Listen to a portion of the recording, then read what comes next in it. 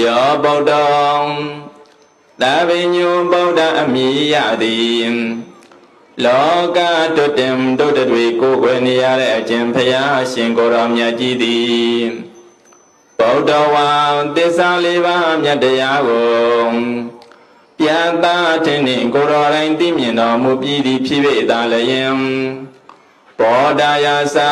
ဗျမနတ်လူသုံးပေါင်းသူတို့ကိုယ်တော်မပြင်းသိပါစေခြင်းကြိုးငါလည်းပဲဓမ္မတိတတိသစ္စာလေးပါးမြတ်တရားကိုတဏညာတာဟောကြားတော်မူခဲ့ပါပြီတန်တော်ဝါကိုယ်နှုတ်နှလုံးသုံးပါးပိုင်ပိုင်ကိုယ်တော်တိုင်းရင်ကျေးတော်မူပြီးသည်ဖြစ်၏သာလျင်ဓမ္မထာယသာဗျမနတ်လူသုံးပေါင်းသူတို့ကိုယ်မပြင်းရင်ကျေးပါစေခြင်းကြိုးငါလည်းပဲဓမ္မတိတတိသစ္စာလေးပါးမြတ်တရားကိုတဏညာတာဟောကြားတော်မူခဲ့ပါပြီတန်တော်ဝါကိုယ်နှုတ်နှလုံးသုံးပါးပိုင်ပိုင်ကိုယ်တော်တိုင်းရင်ကျေးတော်မူပြီးသည်ဖြစ်၏သာလျင်သမထာယသာဗျမနတ်လူသုံးပေါင်းသူတို့ကိုယ်မပြင်းကိလေသာဘူးငြိမ့်ပါစေခြင်းကြိုးငါလည်းပဲဓမ္မတိတတိသစ္စာလေးပါးမြတ်တရားကိုတဏညာတာဟောကြားတော်မူခဲ့ပါပြီတေနောဝါဩဃာလိကံကြရကျမ်းကိုတဲလန်တို့ချောက်ကိုတော်တိုင်းကုမြောက်တော်မူပြီးသည်ဖြစ်၏သာလျင်တရဏယသာဗျမနတ်လူသုံးပေါင်းသူတို့ကိုယ်မပြင်းကုမြောက်ပါစေခြင်းကြိုးငါလည်းပဲဓမ္မတိတတိသစ္စာလေးပါးမြတ်တရားကိုတဏညာတာဟောကြားတော်မူခဲ့ပါပြီနေဗုဒ္ဓဝါကိလေသာပရိနိဗ္ဗာန်ကိုယ်တော်တိုင်းဝင်ဆံတော်မူပြီးသည်ဖြစ်၏သာလျင်နိဗ္ဗာနယသာဗျမနတ်လူသုံးပေါင်းသူတို့ကိုယ်မပြင်းကိလေသာပရိနိဗ္ဗာန်ဝင်ဆံပါစေခြင်းကြိုးငါလည်းပဲဓမ္မတိတတိသစ္စာလေးပါးမြတ်တရားကိုတဏညာတာဟောကြားတော်မူခဲ့ပါပြီလောကတရဏံကာမရူပရူပဟုဘဝသုံးပါးအာထာကြီးညိုမိခိုရာစေဖြစ်တော်မူသောတံဗုဒ္ဓံသဗ္ဗညုဗုဒ္ဓအမိယာတိလောကတောတင်တို့ဘုရားရှင်ကိုယ်တော်မြတ်ကြီးကိုနမေနမမာကိုနှုံနှလုံးသုံးပါးပြောင်းပြော့မှန်ကိုလျော့၍ကရော့ယောကျိုးရှိခေါ်ဥညွတ်ကြပါကုန်၏မြတ်စွာဘုရားမြတ်စွာဘုရားသာဓုသာဓုသာဓုယဟံဘဝဒုံလဘအမိယတိတရားမြတ်စွာဘုရားသခင်ကိုတော်မြတ်ကနေ့စဉ်တန်ဃာတော်ရှင်သူမြတ်များအတွေ့ဆုံးမပေးတဲ့ဒုံလဘတရား၅ပါးဆိုတာရှိတယ်အဲ့ဒီဒုံလဘတရား၅ပါးထဲမှာတရားဓမ္မများတစ်ခုပါဝင်တာကပပစိတဘာဝဒုံလဘောရှင်ယဟန်အဖြစ်ဟာရခဲ့တယ်ရှားခဲ့တဲ့တဘာဝကိုတရားဓမ္မများပါဠိလိုပြောမစင်ဒုံလဘလို့ပြောရပါတယ်ဘယ်လိုပြောရတာလဲတော့ဒုံလဘပါဗျာဒုံလဘဆိုတာရခဲ့တဲ့လွယ်လွယ်ကူကူမရနိုင်ဘူးလို့ဒီလိုဆိုလိုတာနော်သို့တော်လည်းပဲဦးဇင်းတို့တရားဓမ္မများယနေ့ခေတ်အခါကာလမှာကြတော့ဒုံလဘဆိုတာကိုအတိတ်ပဲတစ်မျိုးပေါက်ပြီးတော့နေကြကိုရင်ဝတ္တာပဲဖြစ်ဖြစ်ယဟန်ဝတ္တာပဲဖြစ်ဖြစ်အမြဲတမ်းဝတ်ဖို့မဟုတ်ဖ ೇನೆ နော်ခဏတပြည့်ဝတ်တာကိုဒုံလဘဆိုပြီးတော့ဒီလိုသဘောပေါက်ပြီးတော့မနေကြဘူးလားနေပါဗျာနေကြတယ်ဒုံလဘယဟန်ခံမလို့ဒုံလဘကိုရင်ဝတ်မလို့စသည်အပြင်ဒီလိုပြောကြအဲ့တော့ဒုံလဘဆိုတဲ့စကားလုံးကိုတစ်မျိုးလားလှည့်ပြီးတော့နေကြတယ်ဒုံလဘဆိုတာအမြဲတမ်းဝတ်တာမဟုတ်ဘူးကျောင်းပိတ်ရလေးမှာခဏလေးဝတ်တာဟ တကြံတွင်ကာလမှာခဏလေးဝတ်တာဒါကိုခေါ်တယ်ဆိုပြီးတော့ဒီလိုအောင်းမေ့ပြီးတော့နေကြတယ်တကယ်ကတော့တရားဓမ္မများဒုံလဘဆိုတာမြန်မာလိုပြောတော့ရခဲ့တယ်တဲ့လွယ်လွယ်ကူကူမရနိုင်ဘူးဒီလိုဆိုလိုတာနော်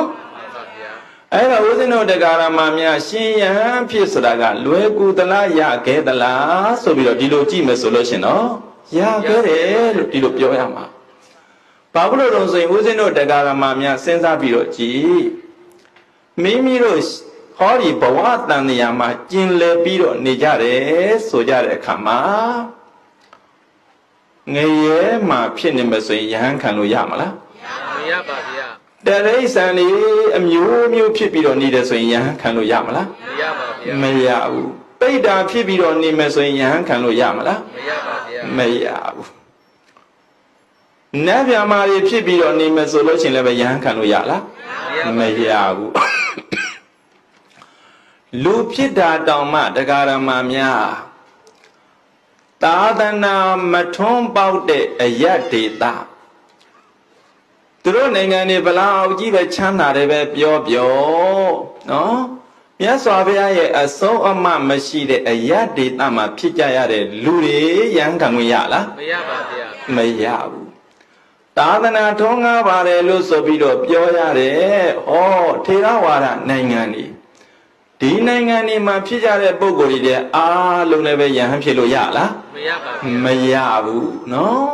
အစွန်ဖျားကြတဲ့နေရာတွေမှာဖြစ်ကြတဲ့ပုံကိုယ်တွေယဟန်ဖြစ်လို့မရဘူးတချို့ဆိုလို့ရှိရင်ဉာဏ်ကြီးမမီတဲ့ပုံကိုယ်တွေယဟန်ခံရင်လို့ရလားမရပါဘူးမရဘူးမြန်မာနိုင်ငံမှာဖြစ်ကြတဲ့ပုံကိုယ်တွေမြန်မာတောင်မှတရားဓမ္မများဘာသာကြားတွေယဟန်ခံလို့ရလားမရဘူးယဟန်ဖြစ်ခြင်းတယ်လို့မရဘူးယဟန်ဖြစ်ဖို့ဆိုတာကတရားဓမ္မများဖယားပွင့်တဲ့ဖယားသာသနာရောက်ရှိတဲ့နေရာမှာလူဖြစ်ပါမှအဲ့ဒီလူဖြစ်တယ်ဆိုလို့ရှိရင်လည်းပဲတရားဓမ္မများဉာဏ်ရည်ပြည့်ဝတဲ့ပုဂ္ဂိုလ်မျိုးဖြစ်ပါမှယဟန်ခံခွင့်ရှိတာဖယားသာသနာနဲ့ကြုံမှယဟန်ခံခွင့်ရှိတာဆိုတော့တရားဓမ္မများစဉ်းစားပြီးတော့ကြည်တရားဓမ္မများကြားဘူးကြတဲ့အတိုင်းလောကမှာဖယားဖြစ်ဖို့ဆိုတာကလွယ်ကူရဲ့လားမလွယ်ကူဘူးပေါ့နော်ဦးဇင်းတို့မြတ်စွာဘုရားသူ့မိသားရှင်ရသေးဘဝကနေပြီးတော့ဒီပင်ကရာမြတ်စွာဘုရားရဲ့ထံတော်မှာနိယတဗျာဒိမှန်ဆင်မြန်းပြီးတော့လာခဲ့တယ်အဲ့ဒီအချိန်ကနေစပြီးတော့ဟောဒီ၄သိန်းချင်းနဲ့ကဘာတသိန်းကာလအတွင်းပွင့်ပေါ်တဲ့ဖရာဆိုလို့ရင်စုစုပေါင်းတရားဓမ္မများနှစ်ကျိန်းနဲ့၄စုပဲရှိသေးတယ်နော်ဘယ်နှစုပဲရှိတာလို့နှစ်ကျိန်းနဲ့၄စုပဲရှိပါနှစ်ကျိန်းနဲ့၄စုပဲရှိတယ်အဲ့ဒီနှစ်ကျိန်း၄စုကာလအတွင်းမှာဦးဇင်းတို့ဖရာရှင်ယဟန်ဖြစ်ခဲ့တာဆိုလို့ရှိရင်၉ကျိန်းပဲဖြစ်ခဲ့ဘူးတယ်ဘယ်နှကျိန်းပဲဖြစ်ခဲ့ဘူးလားလေနော်၉ကျိန်းပဲဖြစ်ခဲ့ဘူးတာဆိုတော့ယဟန်ဘဝရခဲ့သလားရလွယ်သလားရခဲ့ပါရခဲ့တယ်ဒါကြောင့်မို့ရှင်ပြုဖို့ယဟန်ခံဖို့ဆိုတာသာသနာနဲ့ကြုံတွေ့မှာသာသနာကြုံတွေ့တယ်ဆိုတာလည်းပဲဖျားပွင့်တာနဲ့ကြုံတွေ့မှာဒါရှင်ယဟန်ပြုနိုင်တာဆိုတော့လွယ်လွယ်ကူကူယဟန်ဖြစ်ဆိုတာမရနိုင်ဘူးပေါ့နော်အဲ့တော့ဦးဇင်းတို့တရားဓမ္မများအဲ့ဒီလိုရှင်ယဟန်ဖြစ်ဖို့ခဲရင်တာကိုပဲရည်ရွယ်ပြီးတော့ပပစိတဘာဝဒုံလဘောဆိုပြီးတော့ဒီလိုမိန်ကြတာယခုနကယထမနားလည်ပြီးတော့နေကြတဲ့အတိုင်းခဏလေးသင်္ကန်းဝတ်တာကိုဒုံလဘလို့ဒီလိုခေါ်တာဟုတ်ကဲ့လားမဟုတ်ပါဗျာမဟုတ်ဘူးနော်ကဘာပေါင်းများစွာကြာလွန်တော်လည်းပဲရနိုင်ခဲ့တဲ့သဘောတရားကဘာလောကကြီးပေါ်မှာဆိုလို့ရှိရင်လည်းပဲရနိုင်ခဲ့တဲ့ရှင်ယဟန်အဖြစ်ဒါကြောင့်မို့ယဟန်ဘဝဒုံလဘဆိုပြီးတော့ဒီလိုခေါ်ရတယ်အဲ့တော့ကဦးဇင်းတို့ကဒီနေ့ညဓမ္မသဘင်မှာအထူးပြောချင်တာကတော့ဘာပြောချင်တာတုံးဆိုလို့ချင်းဒီလိုနေရာဒီကာလမှာအများအားဖြင့်ရှင်ယဟန်ပြုကြတယ်ယဟန်ခံကြတယ်ပေါ့တိန်ထဲမှာယဟန်ခံကာနီးဟောဒီယဟန်လောင်းကိုမေးမြန်းရမယ်မေးခွန်းနေအကြောင်းဦးဇင်းတို့တရားဓမ္မများကြည်ညိုဖို့ပြောကြချင်တာနော်တရားနာပိဋကတိဓမ္မမျိုးသမီးပိဋကတိများပြီးတော့နေတယ်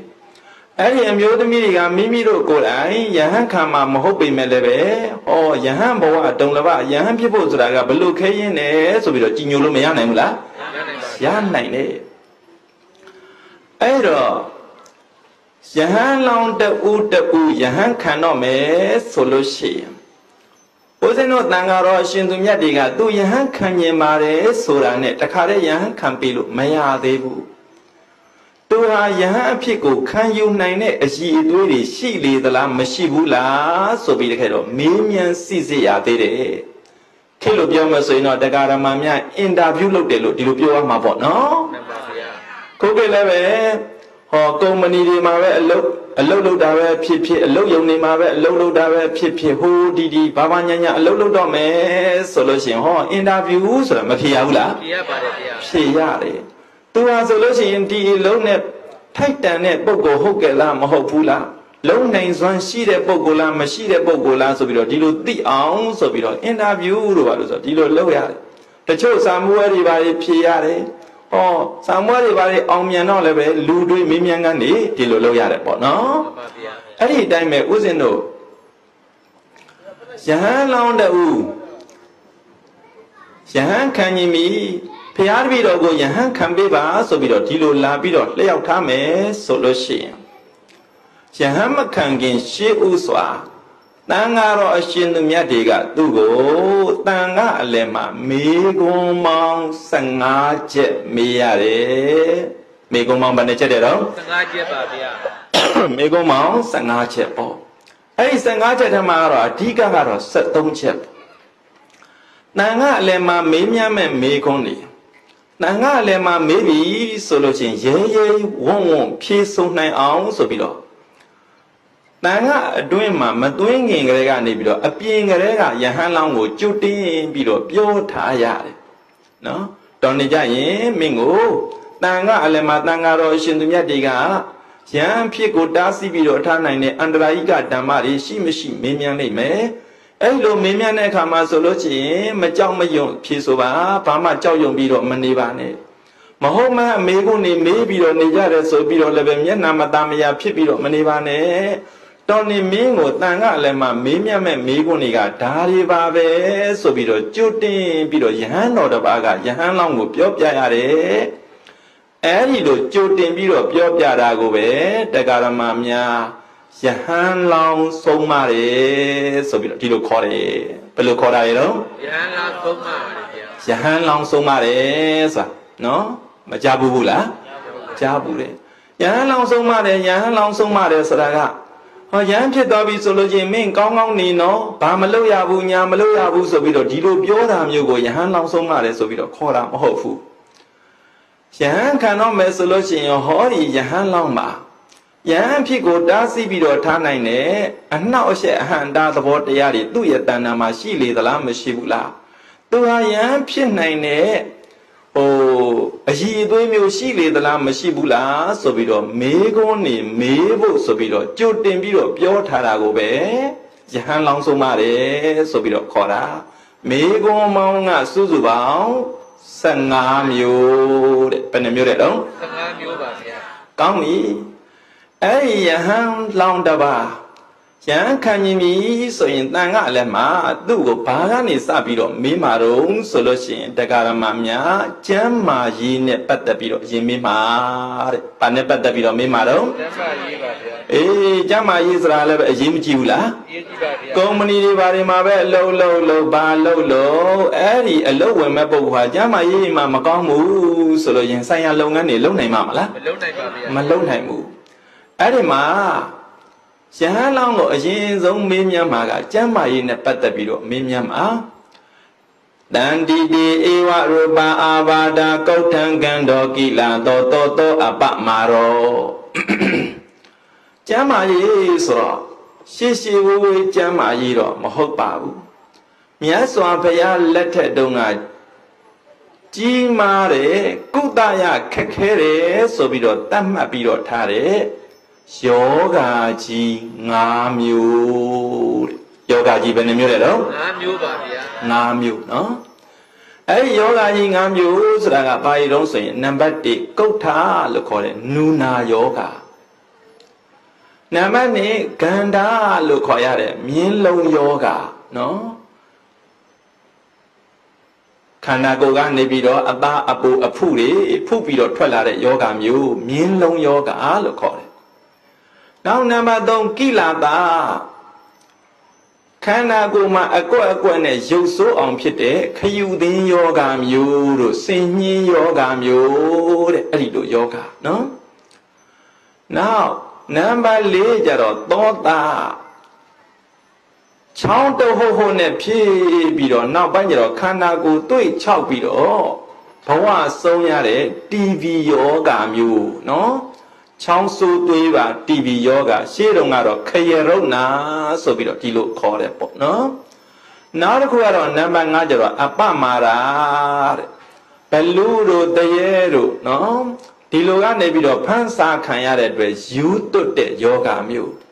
တရားတရားများမှာဆိုလို့ရှိရင်တရားဓမ္မများတချို့ပုဂ္ဂိုလ်တွေနော်ဟိုရုပ်တရက်ကြီးကနေပြီးတော့တက်ပြီးတော့သွားတတ်တဲ့ဝက်ယူကျယ်ယူယောဂမျိုးတွေမရှိဘူးလား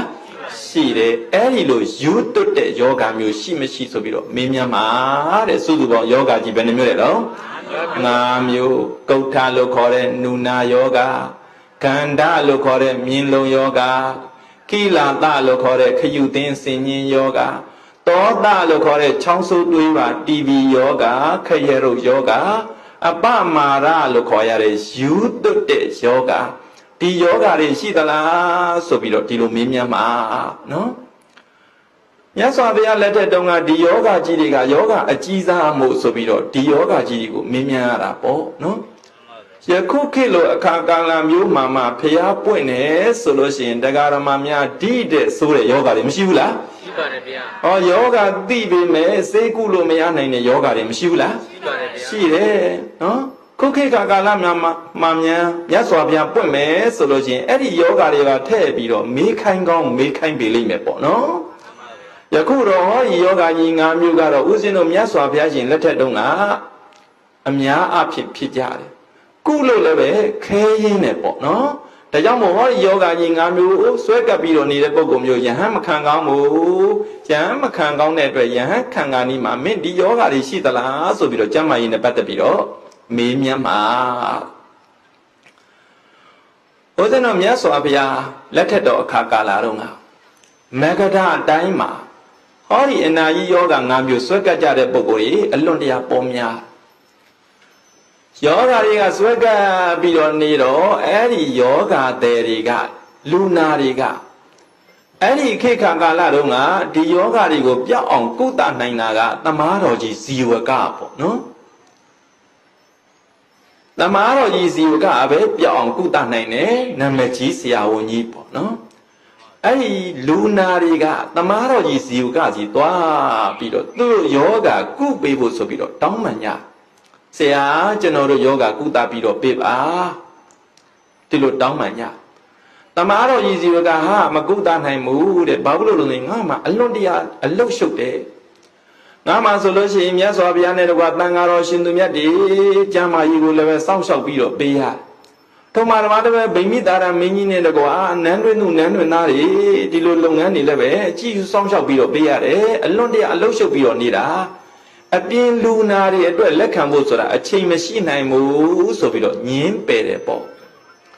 အဲ့လိုညင်းပယ်တော့ယခေါနာကလူနာတွေကအာမလျှော့ကြဘူးစိတ်မလျှော့ကြပဲနဲ့ဆရာတဲ့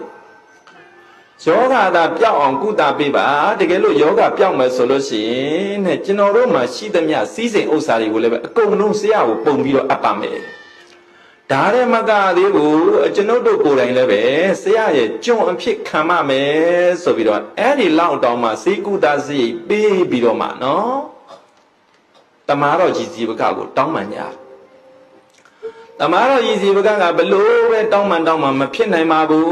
မြတ်စွာဘုရားနဲ့တကွသံဃာတော်ရှင်သူမြတ်တည်းကျမ်းမာရေးစောင့်ရှောက်ရတယ်ဗိမိတာရမင်းကြီးနဲ့တကွနန်းတွင်သူနန်းတွင်သားတွေရဲ့အလုပ်ငန်းကိစ္စကျမ်းမာရေးစောင့်ရှောက်ရတယ်ဒီပြင်ဘာကိစ္စညာကိစ္စတွေလည်းပဲရှိပြီးတော့နေတဲ့ခါကျွန်တော်မဖြစ်နိုင်ပါဘူးဆိုပြီးတော့ဒီလိုညင်းနေပေါ့လူနာတွေက3ကြိမ်3ခါတိုင်တိုင်တောင်းပန်တယ်တမားတော်ကြီးဇီဝကကလည်း3ကြိမ်3ခါတိုင်တိုင်ညင်းတယ်ညင်းတော့အဲ့ဒီလူနာတွေက လူစဉ်းစားကြတော့ဆိုရင်တို့ဒီအတိုင်းဆိုလို့ချင်းသမားတော်ကြီးစီဝကစိတ်ကုပေးမှာမဟုတ်ဘူးတကယ်လို့သာတို့တွေဘုန်းကြီးများဝတ်မယ်ဆိုလို့ရှိရင်ဘာပဲပြောပြောသမားတော်ကြီးစီကနေလို့ရမှာမဟုတ်ဘူးတို့ကိုစိတ်ကုပြီးတော့ပေးရမှာယဟန်နေကိုယ်တိုင်ကလည်းပဲတို့ကိုဂိလာနုပတ္တကအနေနဲ့ပြုစုစောင့်ရှောက်ပြီးတော့ပေးမှာဆိုပြီးတော့ဒီလိုရည်ရွယ်ချက်နဲ့ယဟန်တော်တွေထံမှာလာပြီးတော့ယဟန်ပြုပြရစီဆိုပြီးတော့နော်ခွင့်လာတောင်းတာသာသနာထဲမှာဝင်ပြီးတော့သာသနာအလုပ်လုပ်မယ်ဆိုပြီးတော့ဒီလိုရည်ရွယ်ချက်နဲ့သင်္ကန်းဟုတ်ကဲ့လားမဟုတ်ဘူးသာသနာကိုအကြောင်းပြုပြီးတော့အခွင့်အရေးယူခြင်းလို့ယဟန်ဝတ္တာနော်အဲ့တော့ဦးဇင်းတို့တရားဓမ္မများခေတ်ကာလသာပြောင်းရင်ပြောင်းသွားမယ်လူတွေရဲ့တဘာဝဆိုတာကဒီအတိုင်းပါပဲအခွင့်အရေးရကျင်တယ်ဆိုရင်ရကျင်တဲ့ပုံကိုယ်တွေကအခွင့်အရေးချောင်းပြီးတော့ဒီလိုပဲရပြီးတော့ရအောင်ယူတတ်ကြတာတဘာဝပဲနော်မှန်ပါဗျာခုခေတ်မှာဖြစ်တဲ့ဖရာခေတ်တုန်းကမရှိဘူးဆိုပြောလို့ရမလား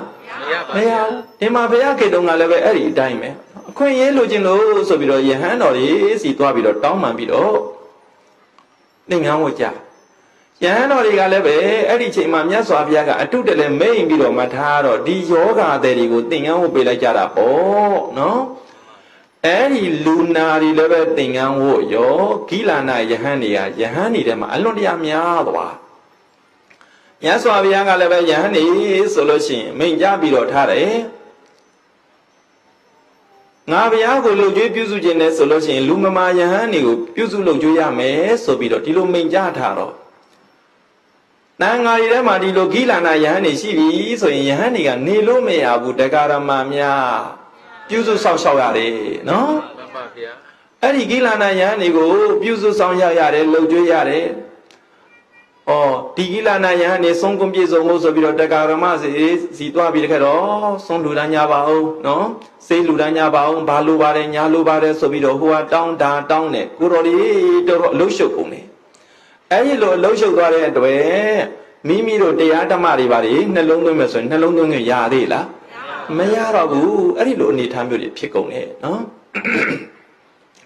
တမားတော်ကြီးစီဝကကတော့သင်္ကန်းဝတ်လာတော့သူလည်းပဲဘယ်နေလို့ရတော့မှာတော့ဒီလူမမာကိုတော်တွေကိုကုသပြီးတော့ပေးရတာပေါ့သူ့မှာလည်းပဲအလုပ်တွေရှုပ်ပြီးတော့ကုန်တယ်တခါတော့ဟောဒီလိုလူမမာယဟန်တော်တွေကိုစေကုသရင်းနဲ့တဲ့တမားတော်ကြီးဇီဝကနော်ဘုရင်နန်းတော်မှာလုပ်ရမယ့်ကိစ္စတစ်ခုပေါ့နော်ပြက်ကွက်ပြီးတော့သွားတယ်တဲ့အဲ့ဒီလောက်ကြီးအထိသူခမအလုပ်ရှုပ်သွားတာအဲ့ဒီလိုနဲ့ဒီလိုနေလာတာတော်သေးတာပေါ့နောက်လူမမာတယောက်ကသမားတော်ကြီးဇီဝကစီရောက်လာတယ်အနာကြီးယောဂါတွေဆွဲပြီးတော့နေတာဆိုတော့ဆရာကျွန်တော်ကိုစေကုသပေးပါအောင်ဟာငါမအားဘူးနော်ခေါဏကလို့ညင်းတယ်ရှိသမျှဥစ္စာလည်းပဲပုံပြီးတော့ပေးပါမယ်ကျွန်တော်ကိုယ်တိုင်လည်းပဲကြေးကြုံဖြစ်ခံယူပါမယ်ဆိုပြီးတော့ဒီလိုကုသစေကိုပုံပြီးတော့အပ်တယ်ဘလို့မှမရဘူးသမားတော်ကြီးဇီဝကညင်းတယ်နောက်ကြတော့ဒီလူကဘလို့စဉ်းစားတော့ဆိုရင်ငါသင်္ကန်းဝတ်မယ်သင်္ကန်းသာဝတ်မယ်ဆိုလို့ရှိရင်သမားတော်ကြီးဇီဝကမနေနိုင်ဘူးငါ့ကိုစေကုသပြီးတော့ပေးရမှာယဟန်တွေကလည်းပဲငါ့ကိုပြုစုဆောင်ရှောက်ပြီးတော့ပေးရမှာယောဂပျောက်ပြီဆိုရင်တော့ငါလူထွက်မယ်တဲ့ဟောရည်ရွယ်ချက်ကနော်တော်တော်ကောင်းတာဟုတ်လားယောဂပျောက်ပြီဆိုရင်ဘာလုပ်မှာလဲလူထွက်မယ်ဆိုပြီးတော့ဒီလိုပုံစံမျိုးနဲ့သင်္ကန်းဝတ်လာသင်္ကန်းဝတ်လာပြီဆိုတော့တမားတော်ကြီးစီကကုသပြီးတော့ပေးရတာပေါ့ယဟန်တော်တွေကလည်းပဲသူ့ကိုစောင့်ရှောက်ပြီးတော့ပေးရတာပေါ့တော်တော်ပဲပြောကြပါစို့သူ့ယောဂါတွေပျောက်ပြီးတော့သွားတယ်တရားဓမ္မများစဉ်းစားပြီးတော့ကြည်ပေါ်ဗျာနော်နုနာယောဂါတွေပါလေဆွဲပြီးတော့နေတာဒါတွေကိုပြအောင်ကုသပြီးတော့ပေးရမယ်ဆိုလို့ရှိရင်ဟောဆေးဆရာဝန်ကိုယ်တိုင်ကလည်းပဲနော်ဖန်ကြီးတွေဘလို့ဆေးရမယ်အနာတွေဘလို့တုတ်တင်ရမယ်ဘာလုပ်ပေးရမယ်ညာလုပ်ပေးရမယ်ဆိုအလုပ်တွေမရှုပ်ဘူးလားရှုပ်ပါဗျာယဟန်တော်တွေဆိုလို့ရှိရင်လည်းဒါတွေလုပ်ပြီးတော့ပေးရမှာပေါ့နော်အဲ့ဒါနဲ့သူယောဂပျောက်သွားယောဂပျောက်တော့ငကိုယ်လုံးကရည်ရွယ်ချက်အတိုင်းနဲ့သူလူထွက်ပါတယ်လူထွက်တော့တနေ့တော့တမားတော်ကြီးဇီဝကနဲ့အဲ့ဒီဘုန်းကြီးလူတွေနဲ့လမ်းပေါ်မှာသွားပြီးတော့တွေ့တယ်တမားတော်ကြီးဇီဝကသူမကြမ်းမမာဖြစ်စဉ်အခါကာလတုန်းကအနီးကပြုစုဆောင်ရှောက်ခဲ့ရတာဆိုတော့ကောင်းကောင်းမှတ်မိတယ် Mamiro, tu go biore, among. Me Yahanim, Dema, Yahan Uputala, Upubare. Me Babulu di Loya don't go asra. Eri Ludrega leva Manya Babu, do ye check, bien pure piare. Nagore and Dana Ojin Yobido thing out dam hobu yoga piapisology in Lutramesobido, Dilu you genet thing out there, so that John Pure Pia. Tamaro is you got same matamata pite, gay, Tamaro is you got. To Yahan or the Aleva Benajam Modido yoga is so heavy on needed Bukurigo, Yan can be adale. Tamaro is you got gay. Now the Maro is you got a miaso of Yazi to a bit of Tare. Yes, I Jane chain Kakalama, Magara Daima Dilo Nayoga, Yingamu swear below Nijabare, Dilo Yoga swear Boguri, Lundiamia Piachabare. Dilo Dama Yamare, Yoga with an area swear below needed, Dilo Naji Yoga, Namu swear below needed Bogum Yogo, Yahan come, Mapesi Jimabu Paya, so below Dilo Labido Layaptari. Yes, I have let the Maro easy without thinking about the Diatama, Hoja Pido, be like that. The Maro easy without Pian Dwaraka, yes, I have Yahanorigo Menjare. Na bake away Pinzai Abade, photo Babazita, Boyo, Babazia, Abadi, Dogadata. And now yoga, Namu, Swag Capido, needed Pogum Yogo, Shahan Kamapiabu. Yang can be mesology, Yang can be it, Nangari, a bit of bad things, so we don't see can the cook that might be your bigger.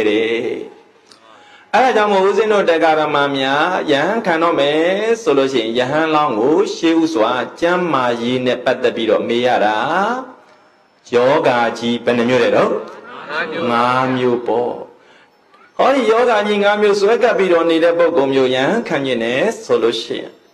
Every yoga is Pia on good Bido Mabe, Yahan Kalu Yame, no? Nuna yoga Swabido need a solution, Nuna yoga Pia on good. Nilo yoga, so that your Konaga Biora than Kanago Abari, Poo Bido, Trabido Laria, no? Pulongi Trabido Laria. Adamuri, Pia on good, good Bido Mabe, Yahan can go shime. Dilo yoga Yingamu Danani Pibido need a Bogom Yogo Yahan can be up, Mapia. The cooler she was in the Garamamia Yahan Origa. Elo yoga Yingamu swear Bido need a Bogom Yogo, Yahan can be me solution. Eri Yanima appear about then, todo leve, Eri Yahan Long, Yahano, Pito Pite, Diluroshida, no? Yang can never go to Magaro Baro, Yang can be the Bogori Magaro, a bit about the Yamo Shi Uswami Maga, Jamma in the Patabino, Yoga Ji, Namu Mira. Now, maybe I may make on the cool number chocolate. Mano don't deed.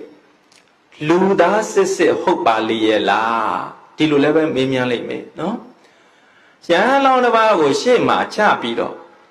Me Luda says, Hope Baliela, so Bido, Dilo made a Megonga, David Mashi Baliela, so Bido, Dilo Omega, Omega Bele me. Me say a John Jong Luda made it, so Bido, Dilo Mataya me. The Malay people are a John Yagaro, Jong Down Jong, a pit on Picapo. No? Yes, so I'll be a letter donga, Nagabiga, Nagaji the car. Do ye Nagaboago? Shumone Nagaboaga Nebido, Miamian Loya look John. Lugo up Yambido, ya, John. But Lulu Yabamale, since I. Babio, Nagari, no? Swimming manning, waving money, Shekudo Ganyon, Niara, she me. Serenari va in a baby on it, Piatadima, Niara, she me. Todo leve, Hori Nagasra, Tagaramamia, Mui Mube, Teresa Mube, no? Aro, Bingo Gamazeti, she be on it, Luyang Pansin, no? Aro, Eri Nagaga, Nagawa, Shomone, Nagawa, Nibido, Miamian Luchin, Lua, Miamian Yachin. Hello, Yabamale, so Bido, Senza Bido. သူကဘာစဉ်းစားတော့ဆိုရင်ဣမေခောတမနာတက်ကြပုတ္တိယဟောဒီတာကိဝိမင်းသားယဟန်တော်ကြီးဆိုတာဓမ္မစာရီနောတဲ့ဓမ္မကိုကျင့်ကြတမ္မစာရီနောညီညွတ်တဲ့ကာယကံဝစီကံမနောကံတွေကိုကျင့်ကြတယ်သစ္စာဝါရီနောတဲ့မှန်ကန်တဲ့စကားကိုပြောဆိုတတ်ကြတယ်သီလဝန်တော်ကိုချင်းသီလရှိကြတယ်ကလျာဏဓမ္မကောင်းသောသဘောရှိကြတယ်အဲ့ဒီယဟန်တော်ရဲ့အထံမှာငါလူယောင်ဖန်ဆင်းပြီးတော့ယဟန်ခံပြီးတော့တရားဓမ္မတွေမြန်ကျင့်မယ်ဆိုလို့ရှိရင်နဂါဘဝကမြန်မြန်လွတ်ပေလိမ့်မယ်လူဖြစ်လည်းပဲမြန်မြန်ရမှာပဲဆိုပြီးတော့ဒီလိုစဉ်းစားပြီးတော့လူယောင်ဖန်ဆင်းပြီးတော့ယဟန်တော်တွေစီလာပြီးတော့တပည့်တော်ကိုယဟန်ခံပေးပါဖေဟာဒီလိုလျှောက်ထားအဲ့လိုလျှောက်ထားတော့ယဟန်တော်တွေကလည်းဘယ်သိမှာတော့နော်ယဟန်လောင်းတစ်ပါးကလာပြီးတော့တပည့်တော်ကိုယဟန်ခံပေးပါဖေဟာဆိုတော့ယဟန်ခံပေးလိုက်ရောယဟန်ခံပေးလိုက်တဲ့ကကျတော့အဲ့ဒီလူယောင်ဖန်ဆင်းထားတဲ့ယဟန်ကအခြားယဟန်တစ်ပါးနဲ့ကျောင်းတိုက်ရဲ့အစွန်အဖျားကမ္မထမ်းကြောင်းလေးမှာနေတယ်နှစ်ပါးအတူတူနေတာနော်နှစ်ပါးအတူတူနေတော့တရားနာမများသူ့ရဲ့တဘာဝကနဂါးရဲ့တဘာဝကလေလူရောင်ဘလောက်ကြီးပဲဖန်ဆင်းထားလွတ်လွတ်ကျွတ်ကျွတ်အိပ်ပျော်မယ်ဆိုလို့ရှိရင်သူတို့ရဲ့ဘဝကဖုံးလို့မရဘူးတဲ့နဂါးဘဝပြန်ပြီးတော့ပေါ်လေးရှိတယ်ပေါ့နော်အဲဒါကြောင့်မို့ဒီယဟန်ရောင်ဖန်ဆင်းထားတဲ့နဂါးကသူ့ရဲ့နဂါးဘဝပေါ်မှာဆိုလို့ဆိုပြီးတော့လွတ်လွတ်ကျွတ်ကျွတ်မအိပ်ရဘူးနော်နေတာကခေါဏကယဟန်တစ်ပါးနဲ့အတူတူနေတာသူ့ရဲ့ဘဝပြန်ပြီးတော့ပေါ်သွားမှာဆိုရင်တော့အဲ့နေတွေတော်တော်ချိုးချံရတယ်တော်တော်တတိထားရတယ်ပေါ့အဲ့လိုနေရာကနေပြီးတော့တနေ့ကြတော့သူနဲ့အတူတူနေပေါ်နေတဲ့ယဟန်ကကျောင်းမြင်မဲ့ထွက်ပြီးတော့ဈဉ္ဉံလျှောက်ပြီးတော့တရားအားထုတ်တယ်ယဟန်ရောင်ဖန်ဆင်းထားတဲ့နဂါးကြီးကခေါဏကကိုတော့ကျောင်းတွေကထွက်ပြီးတော့သွားတော့အိတ်ချင်စိတ်တွေကလည်းပဲထိမ့်ချုပ်ထားရတာများပြီဆိုတော့နော်အိပ်ပျော်သွားတယ်ကျောင်းထဲမှာအိပ်ပျော်ပြီးတော့သွားတော့နဂါးခန္ဓာကိုယ်ကြီးကပြန်ပြီးတော့ပေါ်တယ်ကျောင်းကြီးအပြည့်တဲ့နော်နဂါးအခွေတွေနဲ့ပြည့်ပြီးတော့နေတယ်ဘယင်းမောက်တွေကနေပြီးတခါတော့အခွေကြီးတွေကတွဲပြီးတော့ကြာယခေါနာကကိုတော်ကလည်းပဲတရားအထုတ်ပြီးတခါတော့ကျောင်းနဲ့ဝင်အောင်မှာပဲဟဲ့ဆိုပြီးတော့နော်ပြန်လာပြီးတော့ကျောင်းတကာတွန်းလိုက်တဲ့ခါကျတော့ကျောင်းကြီးတစ်ခုလုံးငွေနဂါးကြီးနဲ့ပြည့်ပြီးတော့နေတာတွေ့တော့နော်လန့်ဖြန့်ပြီးတော့អော်တော့တာပဲနော်အဲ့လိုអော်တဲ့ခါကျတော့អော်တန်ကြောင့်ယခေါနာကနဂါးကြီးကနိုးသွားတယ်နိုးသွားတဲ့ခါကျတော့ဟမ်းမပြဲယဟန်အတွင်ပြန်ပြီးတော့ဖန်ဆင်းပြီးတော့နေလိုက်တယ်ယဟန်တွေကပြေးပြီးတော့လာကြတယ်ဘာဘူးလို့អော်တာတော့ငါရှင်ဘာဘူးလို့អော်တာတော့ဆိုတော့ဟောဒီမှာ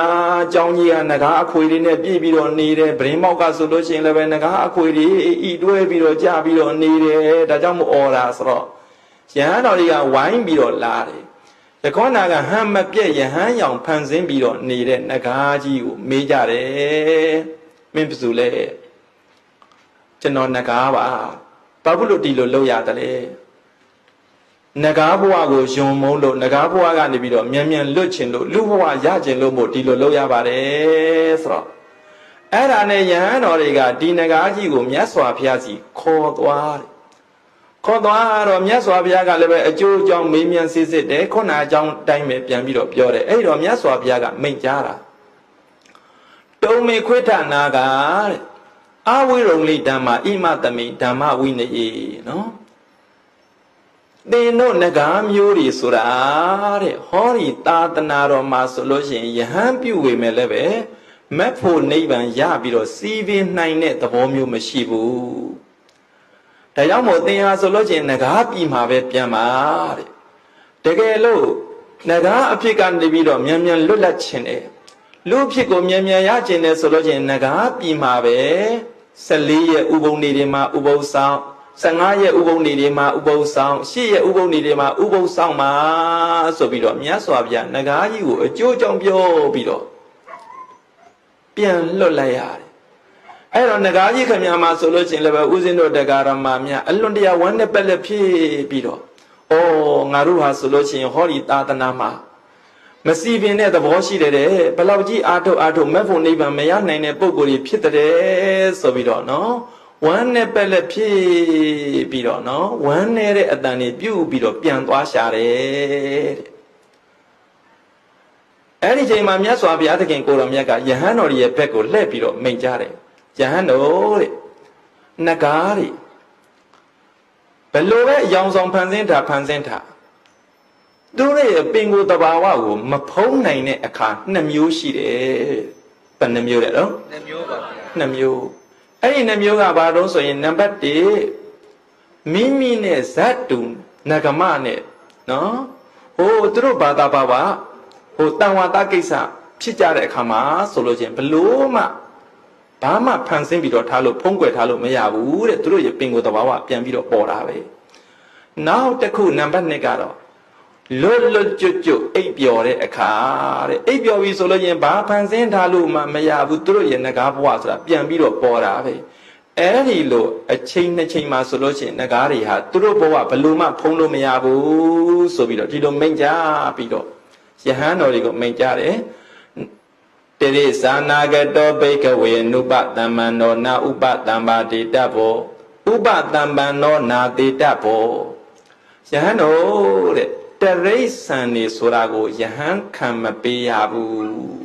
။ဘာတွေကိုယဟန်ခံမပေးရဘူးလဲတော့တရိษံတွေကိုယဟန်ခံမပေးရဘူး။တရိษံတွေကိုယဟန်ခံမပေးရဘူးမသိလို့ယဟန်ခံပေးမိမယ်ဆိုလို့ချင်းလည်းပဲအဲ့ဒီလိုတရိษံတွေကယဟန်လည်းပဲမဖြစ်ဘူး။သိပြီဆိုလို့ချင်းလည်းပဲသင်္ကန်းကိုဆွဲချွတ်ပြရမယ်ဆိုပြီးတော့ဒီလိုမိတ်ကြတယ်။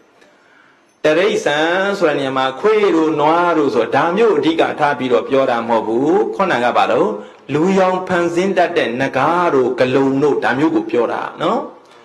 ဟောနဂါးတို့ဂလုံတို့တွေမကဘူးတက္ကရာမများတရားမင်းကြီးလည်းပဲယဟန်ခံလို့ရလား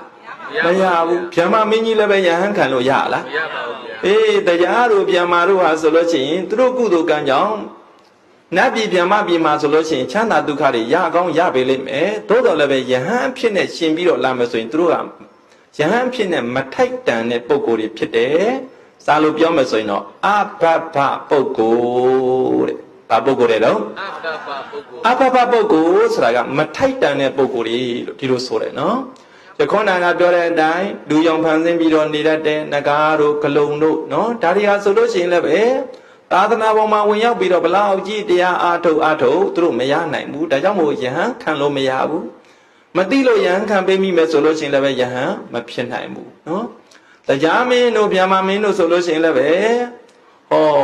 လူရောင်ဖန်ဆင်းပြီးတော့လာပြီးတော့ယဟန်ခံလို့မရဘူးမသိလို့ယဟန်ခံပေးမိမယ်ဆိုလို့ရှိရင်လည်းပဲယဟန်ဖြစ်သလားမဖြစ်ဘူးယဟန်အဖြစ်နဲ့မထိုက်တန်တဲ့ပုဂ္ဂိုလ်တွေဒါကြောင့်မို့ဦးဇင်းတို့တရားဓမ္မများနော်မိမိတို့တွေလူဘဝရပြီးတော့နေရတယ်ဆိုတာဝမ်းသာစရာမကောင်းဘူးလားကောင်းတယ်ခုနငကားကြီးခမညာမှာဆိုလို့ရှိရင်စိတ်ကောင်းနှလုံးကောင်းရှိတယ်လို့ပြောရမှာပဲနော်တို့တော့လည်းပဲတရားဓမ္မတွေကျင့်ကြံခြင်းတယ်ဆိုမဲ့ကျင့်ကြံနိုင်မှုအခွင့်အရေးဆိုတာသူ့မှာရှိရလားမရှိပါဘူးမရှိဘူးနော်အဲ့တော့ဒါနံပါတ်6အနေနဲ့မြတ်စွာဘုရားကမေးမြန်းခိုင်းတဲ့မေးခွန်းပဲယဟန်လောင်းတစ်ပါးယဟန်ခံတော့မယ်ဆိုရင်အဲ့ဒီလိုမေးတဲ့မနှုတ်တော်သည်လူသားစစ်စစ်ဟုတ်ပါလေလားဒီလိုမေးမြန်းမှာနံပါတ်6နံပါတ်9ကျတော့ပုရိတော်သည်ယောက်ျားစစ်စစ်ဟုတ်ပါလေလားလို့ဒီလိုမေးရမှာနော်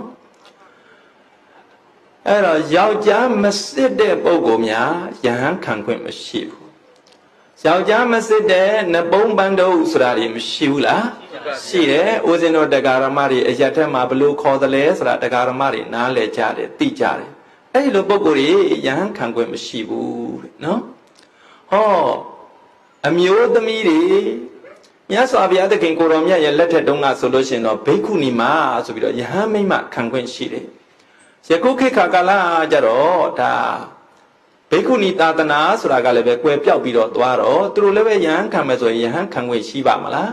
မရှိနိုင်ဘူးဒါကြောင့်မို့ပုရိသောတိတဲ့ယောက်ျားစစ်စစ်ဟုတ်ပါလေရဲ့လားဆိုပြီးတော့ဒီလိုမေးမြန်းရတာယောက်ျားမဟုတ်မိန်းမမဟုတ်နဘုံပန်းတုတ်တွေပေါ့အဲ့ဒါကြီးမြတ်စွာဘုရားလက်ထက်တုန်းကသင်္ကန်းကိုခက်ကြဘူးလေ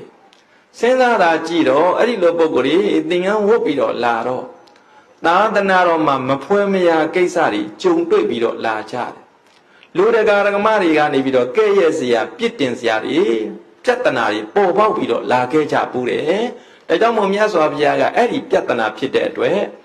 ပန္တကောဘိက္ခဝေနုပတမ္မန္နောနာဥပတမ္ပါရိတဘောဥပတမ္မန္နောနာတိတဘော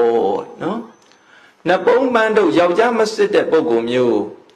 ဘလောက်ကြီးယဟန်ခံပေးမရဘူးတဲ့ယဟန်လည်းပဲခံမပေးရဘူး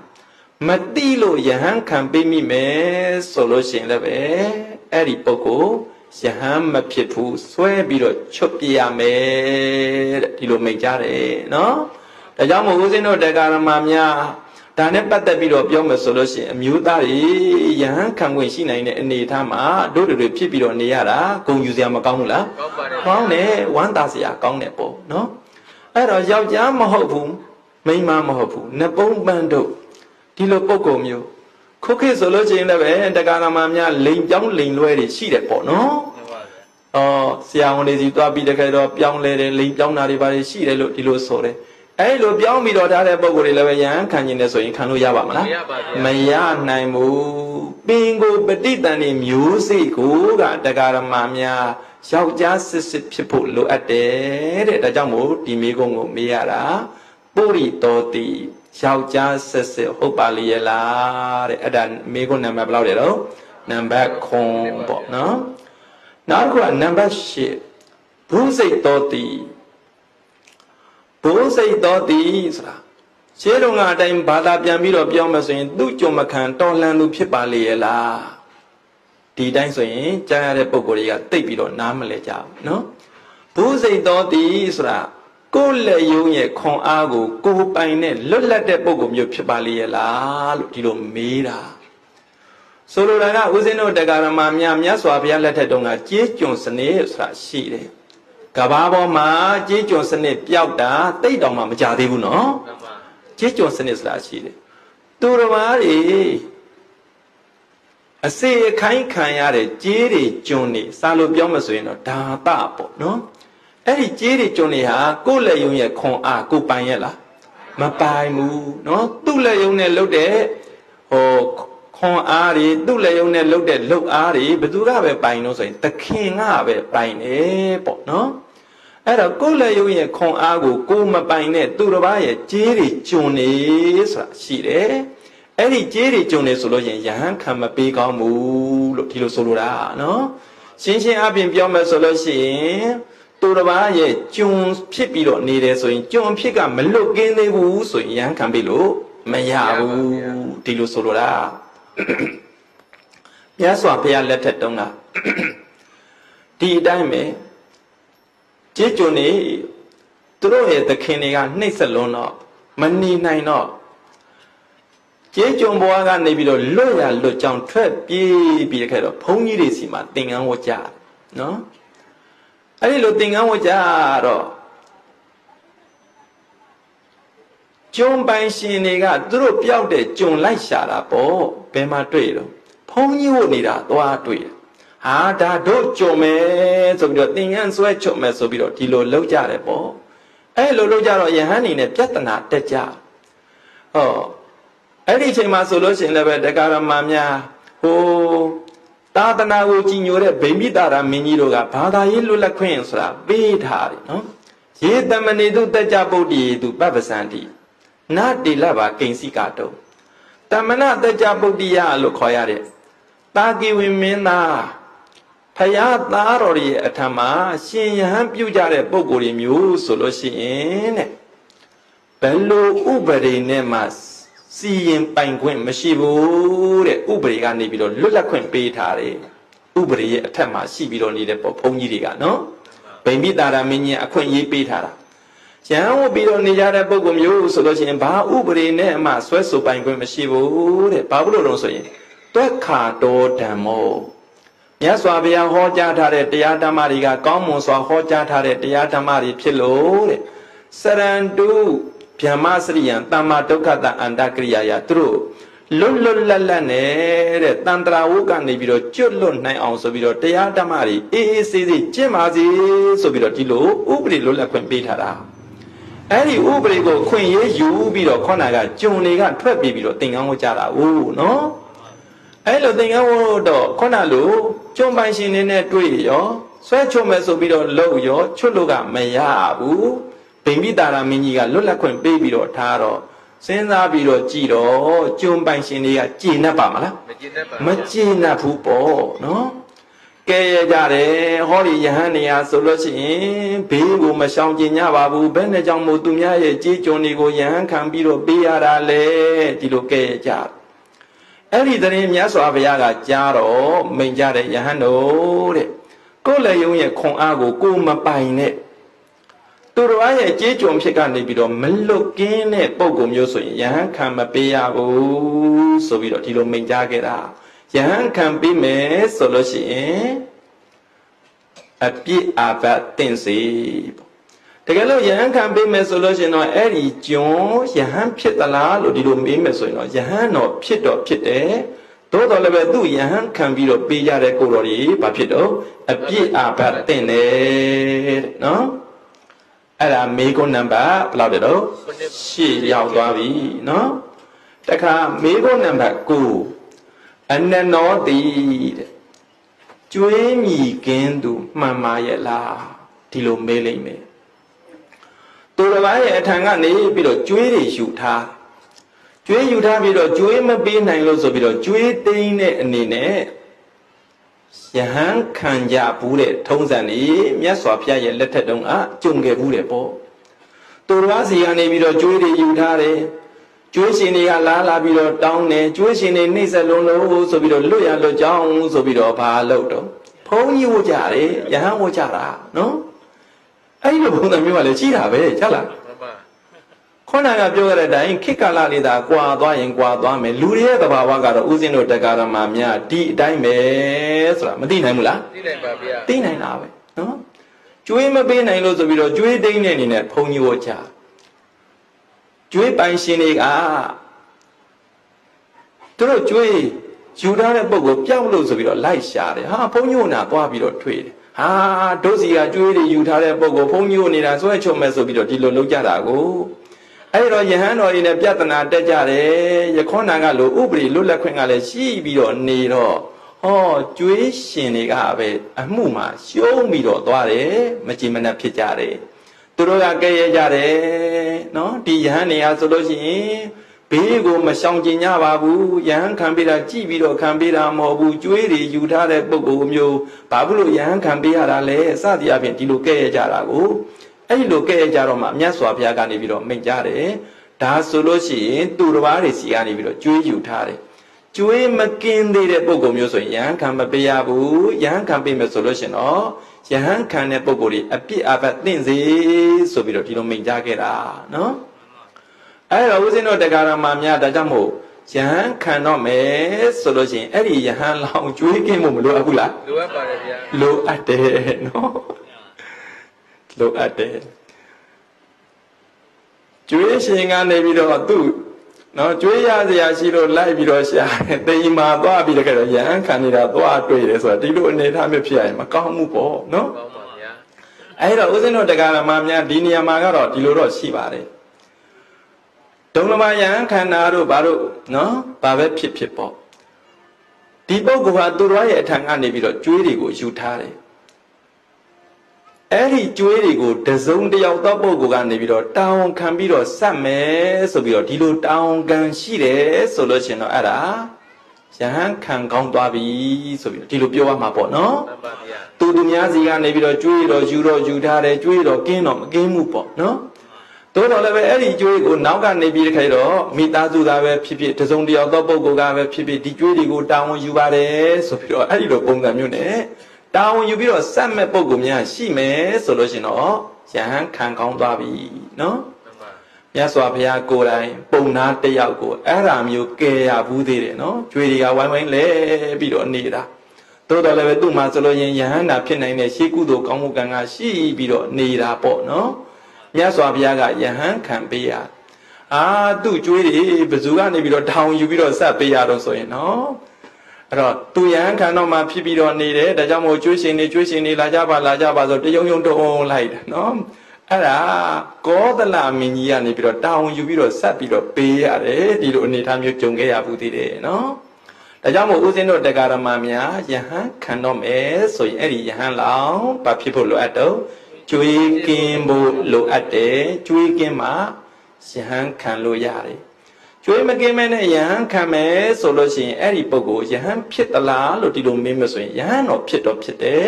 သို့တော်လည်းပဲကံဆောင်တဲ့ပုဂ္ဂိုလ်ဒီမှာတနည်းအားဖြင့်ပြောမှဆိုရင်ယဟန်ခံပေးတဲ့ယဟန်တော်ဒီမှာအပြစ်အာဘတ်တင်တယ်တဲ့နော်မေကွန်နံပါတ်ဘယ်လောက်ထိပြီးသွားတော့နံပါတ်9ထိပြီးသွားတာနော်နောက်တစ်ခုနံပါတ်10နာတိရာဇပတောနံပါတ်10အနေနဲ့မေးမြန်းမဲ့မေကွန်ကမင်းမှုတန်းယောက်ျားမဟုတ်သူမှန်ပါလေရဲ့လားဒီလိုလည်းပဲမေးရမယ်မင်းမှုတန်းယောက်ျားဆိုရင်ယဟန်ခံမပေးရဘူးအဓိကအဖြစ်ပြောမယ်ဆိုလို့ရှိရင်စစ်သားတွေပေါ့နော်ယဟန်ခံမပေးရဘူးယဟန်မခံကောင်းဘူးဒီလိုပြောရမှာပဲနော်ဒါကလည်းပဲဘာဘူးလို့မင်းမြင်ရတာတော့ဆိုလို့ရှိရင်တခါတော့ကဗိမ္ပိတာရမင်းကြီးရဲ့တိုင်းနိုင်ငံတိုင်းစွန်ပြည်ဖြားမှာတဘုံတကန်နေထကြတဘုံတကန်နေထတော့ဗိမ္ပိတာရမင်းကြီးကသူ့ရဲ့စစ်ဘိုလ်တွေကိုနော်ဟောဒီတဘုံတကန်နေထတာနဲ့ပတ်သက်ပြီးတော့နှိမ်နှင်းဖို့ဆိုပြီးတော့လွှတ်ရတယ်ဗိမ္ပိတာရမင်းကြီးဆိုတာကတော့တရားဓမ္မများသောတာပန်ပုဂ္ဂိုလ်ပဲနော်သောတာပန်ပုဂ္ဂိုလ်ဆိုတော့သူများအသက်တော်မတတ်ဘူးပေါ့အဲ့ဒီတဘုံနေနှိမ်နှင်းကြီးကြတတ်ချေကြဆိုပြီးတော့ဒီလိုတော့မမေ့မပြောဘူးသူပြောတဲ့စကားလုံးတွေကဘယ်လိုတုံးဆိုရင်ကေသထပနေပစ္စန္တံဥက္စိနထာအချင်းတို့သွားကြတိုင်းစွန်ပြည်ဖြားအုတ်ချုပ်ရေးတွေဘာတွေပြက်ပြားပြီးတော့ဒီလိုနေတဲ့နေရာမှာတဲ့ပြန်လဲပြီးတော့စီကားအောင်လှုပ်ချကြတိုင်းပြည်ငြိမ်းချမ်းအောင်လှုပ်ချကြဆိုပြီးတော့ဒီလိုစကားမျိုးသုံးပြီးတော့လွတ်တယ်နော်ဦးဇင်းတို့တရားဓမ္မများသောတာပန်လည်းပဲအဲ့ဒီလိုပုံစံမျိုးနဲ့တိုင်းပြည်တော့အုပ်ချုပ်လို့ရတယ်နော်ပြောလိုက်တာကကိစ္စတပနေပစ္စန္တံဥစိနထအချင်းတို့သွားကြတိုင်းစွန်ပြည်ဖြားအရက်ကိုစီပင်ပြန်ပြောအောင်တွားပြီးတော့လှုပ်ချကြဆိုပြီးတော့ဒီလိုမိန့်ကြဒီလိုပြောအဲ့ဒီလိုပြောတော့ဘာပဲပြောတရားဓမ္မများစစ်သားတွေကဒီတဘုံတကန်နေထကြွတောင်းကြတယ်ဆိုလို့ရှိရင်နှိမ်နေရမယ့်အနေအထားမရှိဘူးလားရှိတယ်စစ်တိုက်ထွက်ရမယ်ဆိုတော့တချို့စစ်သားတွေကဘယ်လိုစဉ်းစားတော့ဆိုရင်တို့ကွာစစ်တိုက်ပြီးတော့နေကြရစစ်တိုက်တယ်ဆိုတာဒါအကုသိုလ်လုပ်တာပဲဒီကိစ္စနဲ့ပတ်သက်ပြီးတော့တို့တွေအကုသိုလ်တွေအလွန်တရာများတာပဲဒီလိုဘဝမျိုးကနေပြီးတော့လွတ်အောင်တို့ဘယ်လိုလုပ်ရပါမလဲဆိုပြီးတော့စဉ်းစားတော့သူတို့ကဟောအိမေခောတမနာတကြပုတ္တိယဟောဒီယဟန်တော်တွေဟာဆိုလို့ရှိရင်ကောင်းတဲ့ဓလေ့တွေရှိတယ်ကောင်းတဲ့အကျင့်တွေရှိကြတယ်ကိုချင်းတရားတွေနဲ့လည်းပဲပြည့်စုံကြတယ်နော်အဲ့ဒီယဟန်တွေရဲ့အထံမှာသင်္ကန်းဝင်လိုက်မယ်ဆိုလို့ရင်တို့တွေအကုသိုလ်တွေရှောင်ရှားမိရဲ့ဖြစ်မှာပဲဆိုပြီးတော့နော်ဆိုင်ရာတဋ္ဌာနကိုတည်င်းမပူပဲနဲ့ထွက်ပြေးပြီးတော့သင်္ကန်းဝကြတာတဲ့နော်တက်ပြေးတွေလို့ပြောရမှာပေါ့ခုခေတ်လို့ပြောမှဆိုရင်ဟုတ်လားမှန်ပါဗျာသင်္ကန်းဝကြရေးရဲ့အကြောင်းရစစ်တိုက်ကြဆိုပြီးတော့တပ်သားတွေစုဆောင်းတဲ့ခါကျတော့တိုက်ဟိခိုက်ဟိကောင်းတဲ့တပ်မှုကြီးတွေပျောက်ပြီးတော့နေတယ်ဟာဘယ်ရောက်ပြီးတော့နေကြတာတော့ဘယ်သူဖြစ်မရှိမမြင်ပါလားဘယ်သူဖြစ်မမြင်ပါလားဆိုတော့ဘုန်းကြီးဝင်နေပြီဆိုပြီးတော့ဒီလိုတွေဖြစ်ပေါ်လာအဲ့ဒါနဲ့နော်ဒီဆိုင်ရမူကြီးမရသေနာပတိတွေကဗိမိတာရမင်းကြီးစီသွားပြီးတော့အကျိုးအကြောင်းကိုတန်တော်ဥတင်ညာ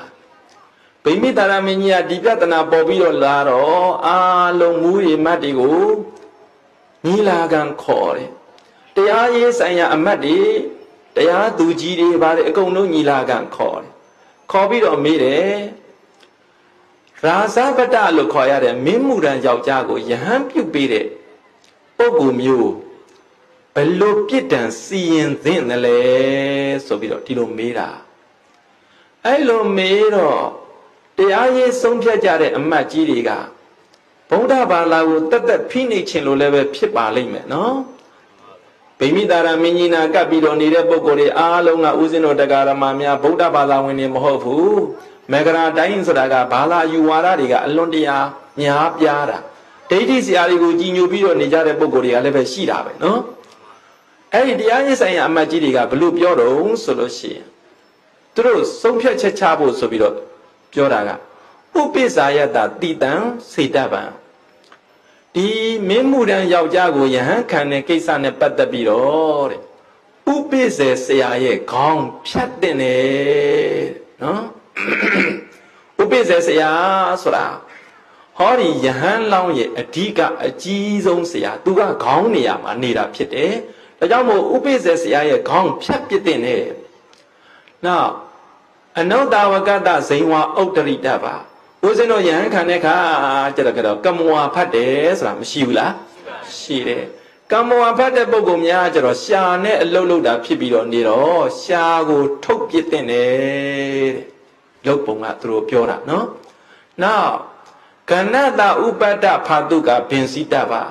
ဒီယဟန်ခံကိစ္စနဲ့ပတ်သက်ပြီးတော့အောင်မြင်အောင်ဆိုပြီးတော့ဘေးကနေပြီးတော့ဝိုင်းထိုင်ပြီးတော့ပေးကြတဲ့ယဟန်တွေရှိတယ်အဲ့ဒီယဟန်နေရဲ့နံရိုးကိုတော့ထက်ဝက်ကျိုးအောင်ရိုက်ချိုးပစ်တင်တယ်ဆိုပြီးတော့ဒီလိုပြောတာဥပိ္ပဇေဆရာရဲ့ခေါင်းကိုဖြတ်ကမ္မဝါစာဆရာရဲ့ရှားရီကိုထုတ်ပစ်ဒီယဟန်ခံကိစ္စအောင်မြင်အောင်ဆိုပြီးတော့ဝိုင်းဝန်းပြီးတော့ကုညီထောက်ပံ့ကြတဲ့တန်ဃာတွေရဲ့ဗါတော့ထက်ဝက်နံရိုးတွေကိုရိုက်ချိုးပြီးတော့ပစ်တင်တယ်ဆိုပြီးတော့ဗိမိတာရမင်းကြီးစီတန်တော်ဥတင်တာနော်ဗိမိတာရမင်းကြီးကသောတာပန်ဘုရင်ကြီးလေအလွန်တရာစိတ်မသက်မသာဖြစ်တယ်ဒါနဲ့ညီလာခံတန်လန်ဘာမှဟိုဘာမပြောဘဲနဲ့အဲ့ဒီကနေထပြီးတော့လာပြီးတော့မြတ်စွာဘုရားလျှောက်တယ်မြတ်စွာဘုရားတဲ့တချို့ဘုရင်တွေကသာသနာမကြည်ညိုကြတဲ့ဘုရင်တွေရှိပါတယ်မင်းကြီးယောက်ျားကိုယဟန်ခံပေးတဲ့ကိစ္စနဲ့ပတ်သက်ပြီးတော့ဘာမှမဟုတ်တဲ့အပြစ်လေးနဲ့ဟောဒီယဟန်တော်တွေရာဇရံပေးတင့်လာနိုင်ကြအကြောင်းရှိပါတယ်တဲ့ဒါကြောင့်မြတ်စွာဘုရားဒီကရှိဆိုရင်မင်းကြီးယောက်ျားတွေကိုယဟန်ခံမပေးကြပါနဲ့ဖေယားတဲ့အထူးသဖြင့်တော့စစ်သားတွေပေါ့နော်အစိုးရလခစားပုဂ္ဂိုလ်တွေအားလုံးဒါမင်းကြီးယောက်ျားပဲယဟန်ခံကောင်းလားယဟန်မခံကောင်းဘူးနော်အဲ့တော့မြတ်စွာဘုရားကလည်းပဲအဲ့ဒီမှာဗိမိတာရမင်းကြီးကိုတင့်နေလျောက်ပတ်တဲ့တရားစကားတွေကိုမိတ်ကြပြီးတော့ဗိမိတာရမင်းကြီးပြန်သွားယဟန်တော်တွေပဲမိတ်လှည့်ပြီးတော့မိတ်နေနာဖိတ်ကိုရာဇပတောဥပတံပါရိတဘောယောဥပတံပါရိယအပတ္တိဒုက္ကတတာရာဇပတလို့ခေါ်ရတဲ့မင်းချင်းယောက်ျားတွေအစိုးရလကစားတွေအဲ့ဒီပုဂ္ဂိုလ်တွေကိုယဟန်ခံမပေးနဲ့ယဟန်ခံပေးမယ်ဆိုလို့ရှိရင်ယဟန်ခံပေးတဲ့ပုဂ္ဂိုလ်တွေအပြစ်အပတ်သင့်စေပေါ့အဲ့ဒီမင်းကြီးယောက်ျားကတော့ယဟန်ခံပေးမယ်ဆိုရင်တော့ယဟန်တော့ဖြစ်တော့ဖြစ်တယ်တိုးတော်လည်းပဲကံဆောင်တဲ့တန်ဃာတွေမှာဘာဖြစ်တော့အပြစ်အာဘတ်တင်တယ်တဲ့ဒီလိုရှိတယ်နော်အပြစ်အာဘတ်တင်တယ်အဲ့တော့ဒီနေရာမှာမင်းကြီးယောက်ျားကိုယဟန်ခံမပေးရဘူးအစိုးရလကစားကိုယဟန်ခံမပေးရဘူးဆိုရင်လုံးလုံးယဟန်ခံမပေးရဘူးလားဆိုပြီးတော့ဒီလိုမေးမယ်ဆိုရင်တော့လျှော့စေးအနေနဲ့တော့ပြောမဆိုရင်ပြောလို့ရတာပေါ့ဆိုင်ရာဌာနကနေပြီးတော့နော်လွတ်လပ်ခွင့်ပေးထားတဲ့ကာလအတွင်းပေါ့နော်9ရက်တန်စီ1လတန်စီခွင့်တင်ပြီးတော့ဒီလိုခွင့်ရတဲ့ရက်အတွင်းဆိုလို့ရှိရင်တော့တရားဓမ္မများယဟန်ခံခွင့်ရတယ်ဆိုပြီးတော့အဲ့ဒီလိုတော့ပြောနိုင်တယ်ပေါ့ဒီလိုရိုးရိုးဆိုလို့ရှိရင်တော့မင်းမူရန်အဖြစ်ကနေပြီးတော့မလွတ်ကင်းသေးဘူးဆိုရင်ယဟန်ခံလို့မရဘူးနော်ယဟန်ခံခြင်းနဲ့ဆိုလို့ရှိရင်အလုတ်ကနေထွက်ပြီးတော့မှာပဲယဟန်ခံလို့ရမယ်တဲ့နော်အဲ့ဒါမေကွန်းနံပါတ်ဘယ်လောက်တော့10ပေါ့နော်ဟောနောက်နံပါတ်17ကတော့အနုညာတော်တိမာတာပိတုဟိယဟန်ခံမဲ့ကိစ္စနဲ့ပတ်သက်ပြီးတော့မိဘနှစ်ပါးကကြည်ကြည်နက်နက်ခွင့်ပြုပါရဲ့လားတဲ့ဒီလိုလည်းပဲမေးလိုက်မယ်ဒါနံပါတ်17မေကွန်းယဟန်ခံမဲ့ကိစ္စနဲ့ပတ်သက်ပြီးတော့တရားဓမ္မများဘယ်သူကမှခွင့်မပြုခြင်းနေမိဘနှစ်ပါးကတော့ခွင့်ပြုဖို့လိုအပ်တယ်ယဟန်လောင်းတစ်ပါးယဟန်ခံခြင်းလို့ဆိုရင်သူ့ရဲ့အမျိုးသမီးဇနီးကခွင့်မပြုခြင်းနေသူ့သားသမီးတွေကခွင့်မပြုခြင်းနေဘယ်သူကခွင့်မပြုနော်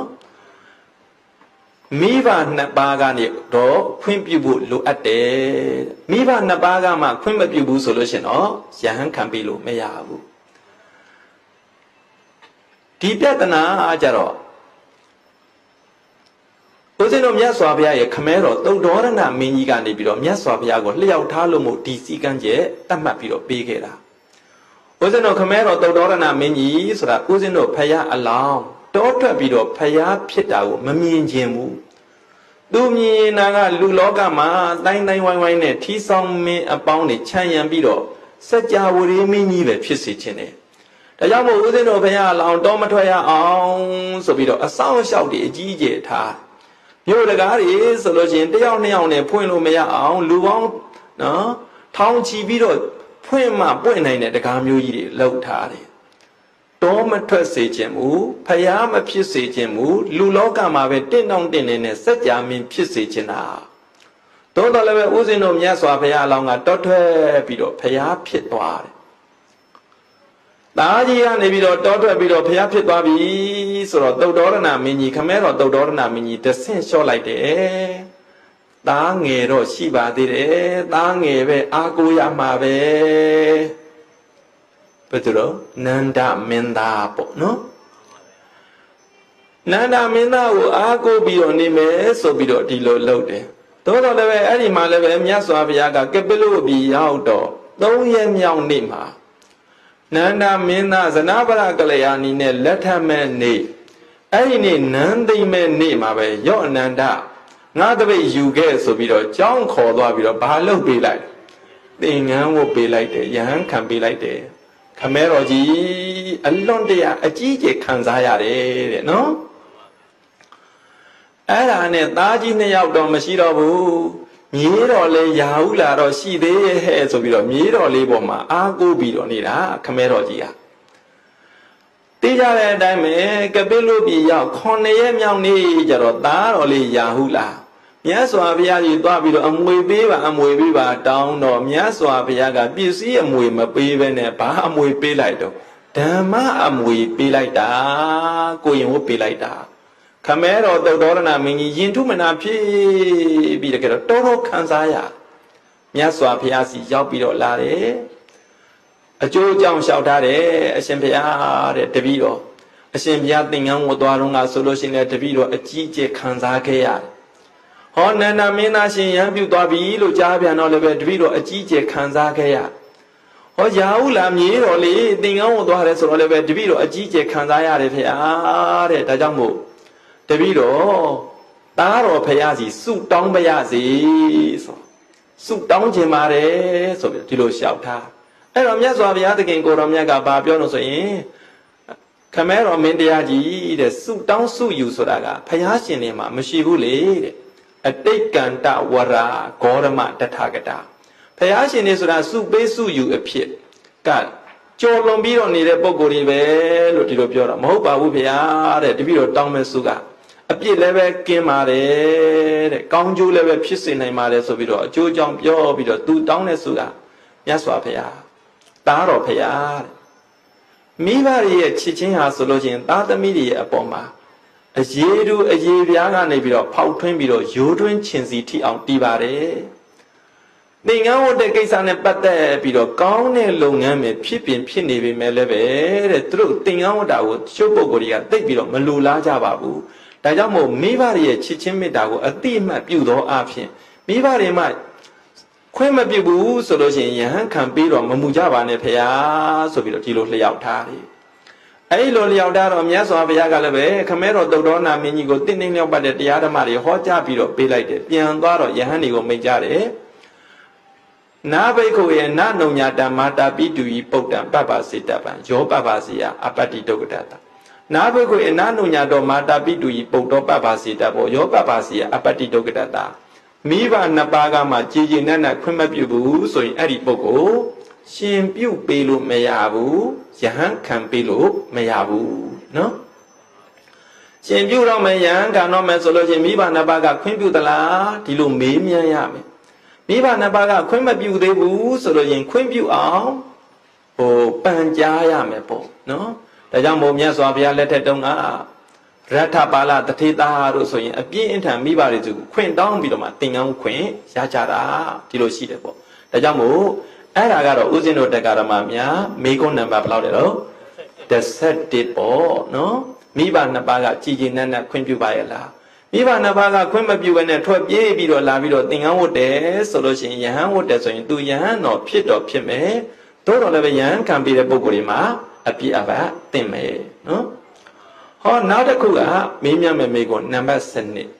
Berry Bona with the D wood or the Yan can make it on a better video. At that Nesse, Dinim Pivavila, till 11 million.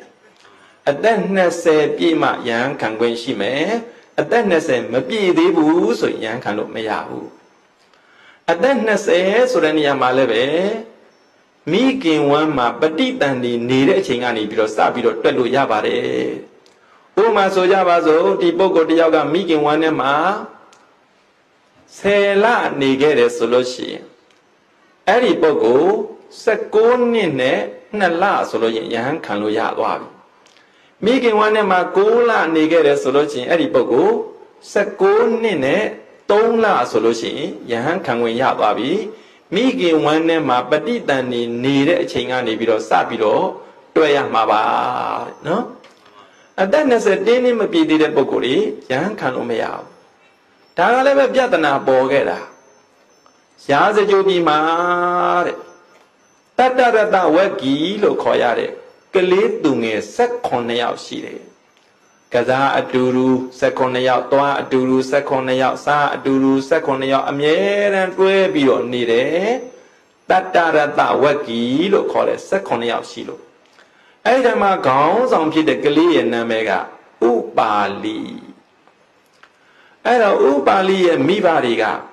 Through Dali, she would do it be a Bujara. Narumian, yes, may be a Gome, Solosi, Naruda Ubali.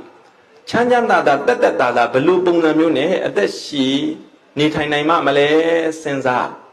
Sendareka, Jarotruga, Patama, Zong, Pasenda Miro, so in Tuta Ubali Ure. Say ye at that thing be made, Patadero. Say ye at that thing be made. I lo solo in Doko Lombido Gama, so in Tuta Ubali, no? Chanyanada, the Winema, Tilo Sensara, no? Now Jarotruga, Senzabian, your Tago Chito. Ado dau baligo say that thing be made so in Tukamia, no? Oh, let Chong lady, young lady made. Chirunga sa ye, Suragaleve, the Garamamia, cookie, Lolo, Gu, no, Savia Boma, Bobbing Logi, Savia Boma, Bobbing Gamiro, Lolo, Yeramam, Hoda, no? Saro Yevi, so in Tanjuni, Guy, Biro, Yerali, no? Yevi solution Sao do Baru Malaya, Mabu Chopia Boru, Baruma solution, don't to be the year as the Garamamia, Sinda Biro, Jibo, let it by Manana Mula. Nana Napo, no? The Yamu, Aroda, Dilo Saye, Damian, Timbi solution, let Chowni Nali made, Nashali, Mepideva, Partning be Amale, Senza. Cana at that thing be made. Canada then be made, Canada Mianta Solo, Chanyanda do at them Wiyama. Payment will ever see Mamma Pu, Dilo Senza. The car, Canada Jalo Majabiamu, Babylon saying Canada Yare, Solution, or Gini Pule me, no? Oh, Bamalo Bioma saying Gauni Pule me, no? Canani Hodea no who are boundia bound solution, no? Gauni socially me, so we a Canada Jalo Majabiamu. Now you're the Gabian Viro Senza, but and that thing be made. But in that damn solution. Payment will ever Meshibu Chanyanda level do a touching alley me, Dilo Senza. Dilo timing yard. Oh, Senza Piano, timing yano, and Daleva Pibabu, no? But in that name, so in Shui, body who were Langia, Divet Langia, Shui Sela, Dula, so Bilogia. Me alone in Yang Shali me. Oh, that would chida, no? I below Nina Chanyanda that we have a Malay, so since I like it now, so yes, it was Jaraga, no? Pony woman, Paludin. လုပ်ပုံကဒီလိုနော်ကိုကိလည်းပဲဦးဇင်းတို့တရားဓမ္မများရှိတယ်မလားဒီကောင်လေးတော်တော်ပြင်းနော်ဘုန်းကြီးတာကိုထော့ဆိုပြီးတော့ဒီလိုကလည်းရှိတာနော်တင်မှလည်းပဲတူတူပဲသူတို့သားချမ်းသာဖို့ဆိုပြီးတော့ဘုန်းကြီးကိုပေးမယ်ဟောဒီယဟန်နေရာဆိုလို့ချင်းဒုက္ခသီလနော်ကောင်းတဲ့ဓလေ့ရှိတယ်ဒုက္ခသမာစာရာနော်လွယ်ကူချမ်းသာတဲ့အကျင့်တွေရှိတယ်သူဘောဇနာနီဘုံစိတ်တော်နိဝတေတုတယေနေတုတယံတိတဲ့အစားကောင်းနေစားပြီးတော့လေတိတ်တဲ့နေရာမှာပဲခေါင်းမိချုံပြီးတော့အိတ်ကြရတာတိတ်စိန်ကြတယ်ဘုန်းကြီးတွေတဲ့နော်ငါတို့သားဒီလိုသင်္ကန်းကိုပေးမယ်ဆိုလို့ချင်းအဲဒီလိုစိန်ကြရနဲ့အသက်ရှင်ရမှာတဲ့သာသနာပေါ်မှာနေပြီးတော့ပရိယတ္တိလုပ်ငန်းပฏิပတ်တိလုပ်ငန်းထိထိရောက်ရောက်လုပ်တဲ့ပုံကိုယ်တွေကိုသူတို့မမြင်ဘူးနော်မမြင်မဲနဲ့ပေါ့နေပေါ့စားပုံကိုယ်တွေကိုမြင်ပြီးတော့ဒီလိုကောက်ချက်ချကြတာနော်ဦးဇင်းတို့တရားဓမ္မများလည်းပဲခုခေတ်မှာလည်းပဲရှိကြပါတကယ်ဆိုလို့ရှိရင်ဗမာပြည်မှာစာသင်တိုက်ကြီးတွေများစွာရှိတယ်အဲဒီစာသင်တိုက်ကြီးတွေမှာဆိုလို့ရှိရင်စာပေလုပ်ငန်းကိုထိထိရောက်ရောက်နဲ့စ조사ပြီးတော့နေကြရတာမရှိဘူးလားရှိပါဗျာအေးနော်ယဟန်ဘဝမှာကိုရင်ဘဝမှာစာသင်တိုက်တွေမှာဘလို့နေရတာတုံးဆိုပြီးတော့အတွင်းနဲ့ကြလေးလာပြီးတော့ကြည့်အများအပြားဆိုလို့ရှိရင်ဒီလိုစာသင်တိုက်တွေမှာဆိုရင်မနဲ့အရုံမတက်ခင်ကနေပြီးတော့အိယာထားဆိုကြပါတော့ဒီလားဆိုလို့ရှိရင်4 နာရီမိနစ်40လောက်ဆိုထားရတယ်ထားပြီးတော့ဘုရားရှိခိုးတို့ဘာလို့ဒီလိုလုပ်ရတယ်နော်အဲ့တော့ရက်ထဲမှာဆိုရင်ဥစဉ်တို့တရားဓမ္မများအိပ်ပြီးတော့ကောင်းနေတော့အချိန်ပဲနော်အဲ့ဒီအချိန်မှာအစောကြီးထားရတယ်ဘုရားရှိခိုးတွေဘာတွေလုပ်ရတယ်နော်မေတ္တာပူတာတွေဘာတွေလုပ်ရတယ်အဲ့နောက်ဆုံးတော့ဘာလို့ခံရတယ်အဲ့ရန်ပြီးတကယ်တော့တနေ့ကုန်နော်စာသင်စာချဆိုပြီးတော့ဒီလိုလုပ်ကြရတယ်ပေါ့နော်စာသင်တိုက်တယ်မှာကမ္မထမ်းကြောင့်နေမှာဆိုလို့ရှိရင်လည်းပဲတရားဓမ္မများတဏှာကြီးထိုင်တဏှာကြီးဈဉ္ညာလျှောက်ဆိုတကယ်ထိထိရောက်ရောက်လုပ်ရတယ်ရိတ်တာကမ္မထမ်းကြောင့်နေမရှိဘူးလား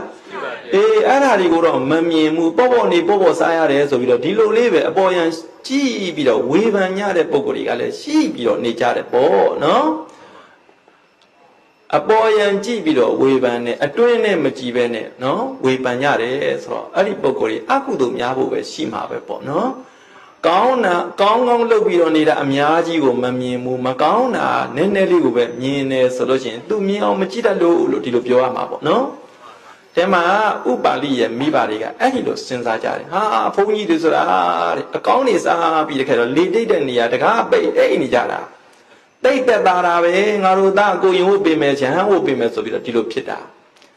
မိဘတွေကသားလေးအတွက်ရတဲ့မအေးဖြစ်ပြီးတော့တိုင်မြင်ပြီးတော့နေကြတာကိုအဲ့ဒီဥပါလိလို့ခေါ်ရတဲ့သားလေးကကြားတဲ့ခါကျတော့သူကလည်းသူ့တငယ်ချင်းခေါနာကကြံနဲ့16ယောက်စီတွားပြီးတော့ပြောတယ်လာကွာတဲ့တို့တမနာတကြဗုဒ္ဓယလို့ခေါ်ရတဲ့ယဟန်နေစီတွားပြီးတော့သင်္ကန်းဝတ်ကြရအောင်သူကစီယုံဒီပြင်ကလေးတွေကလည်းပဲဟာအရှင်သာသင်္ကန်းဝတ်မဆိုရင်ကျွန်တော်တို့အားလုံးကလည်းသင်္ကန်းဝတ်မှာပေါ့ဆိုပြီးတော့နော်ဆိုင်ရာအသီးသီးမိဘတွေဒီတွားပြီးတော့သင်္ကန်းဝတ်ခြင်းနဲ့ဆိုတွားပြောကြ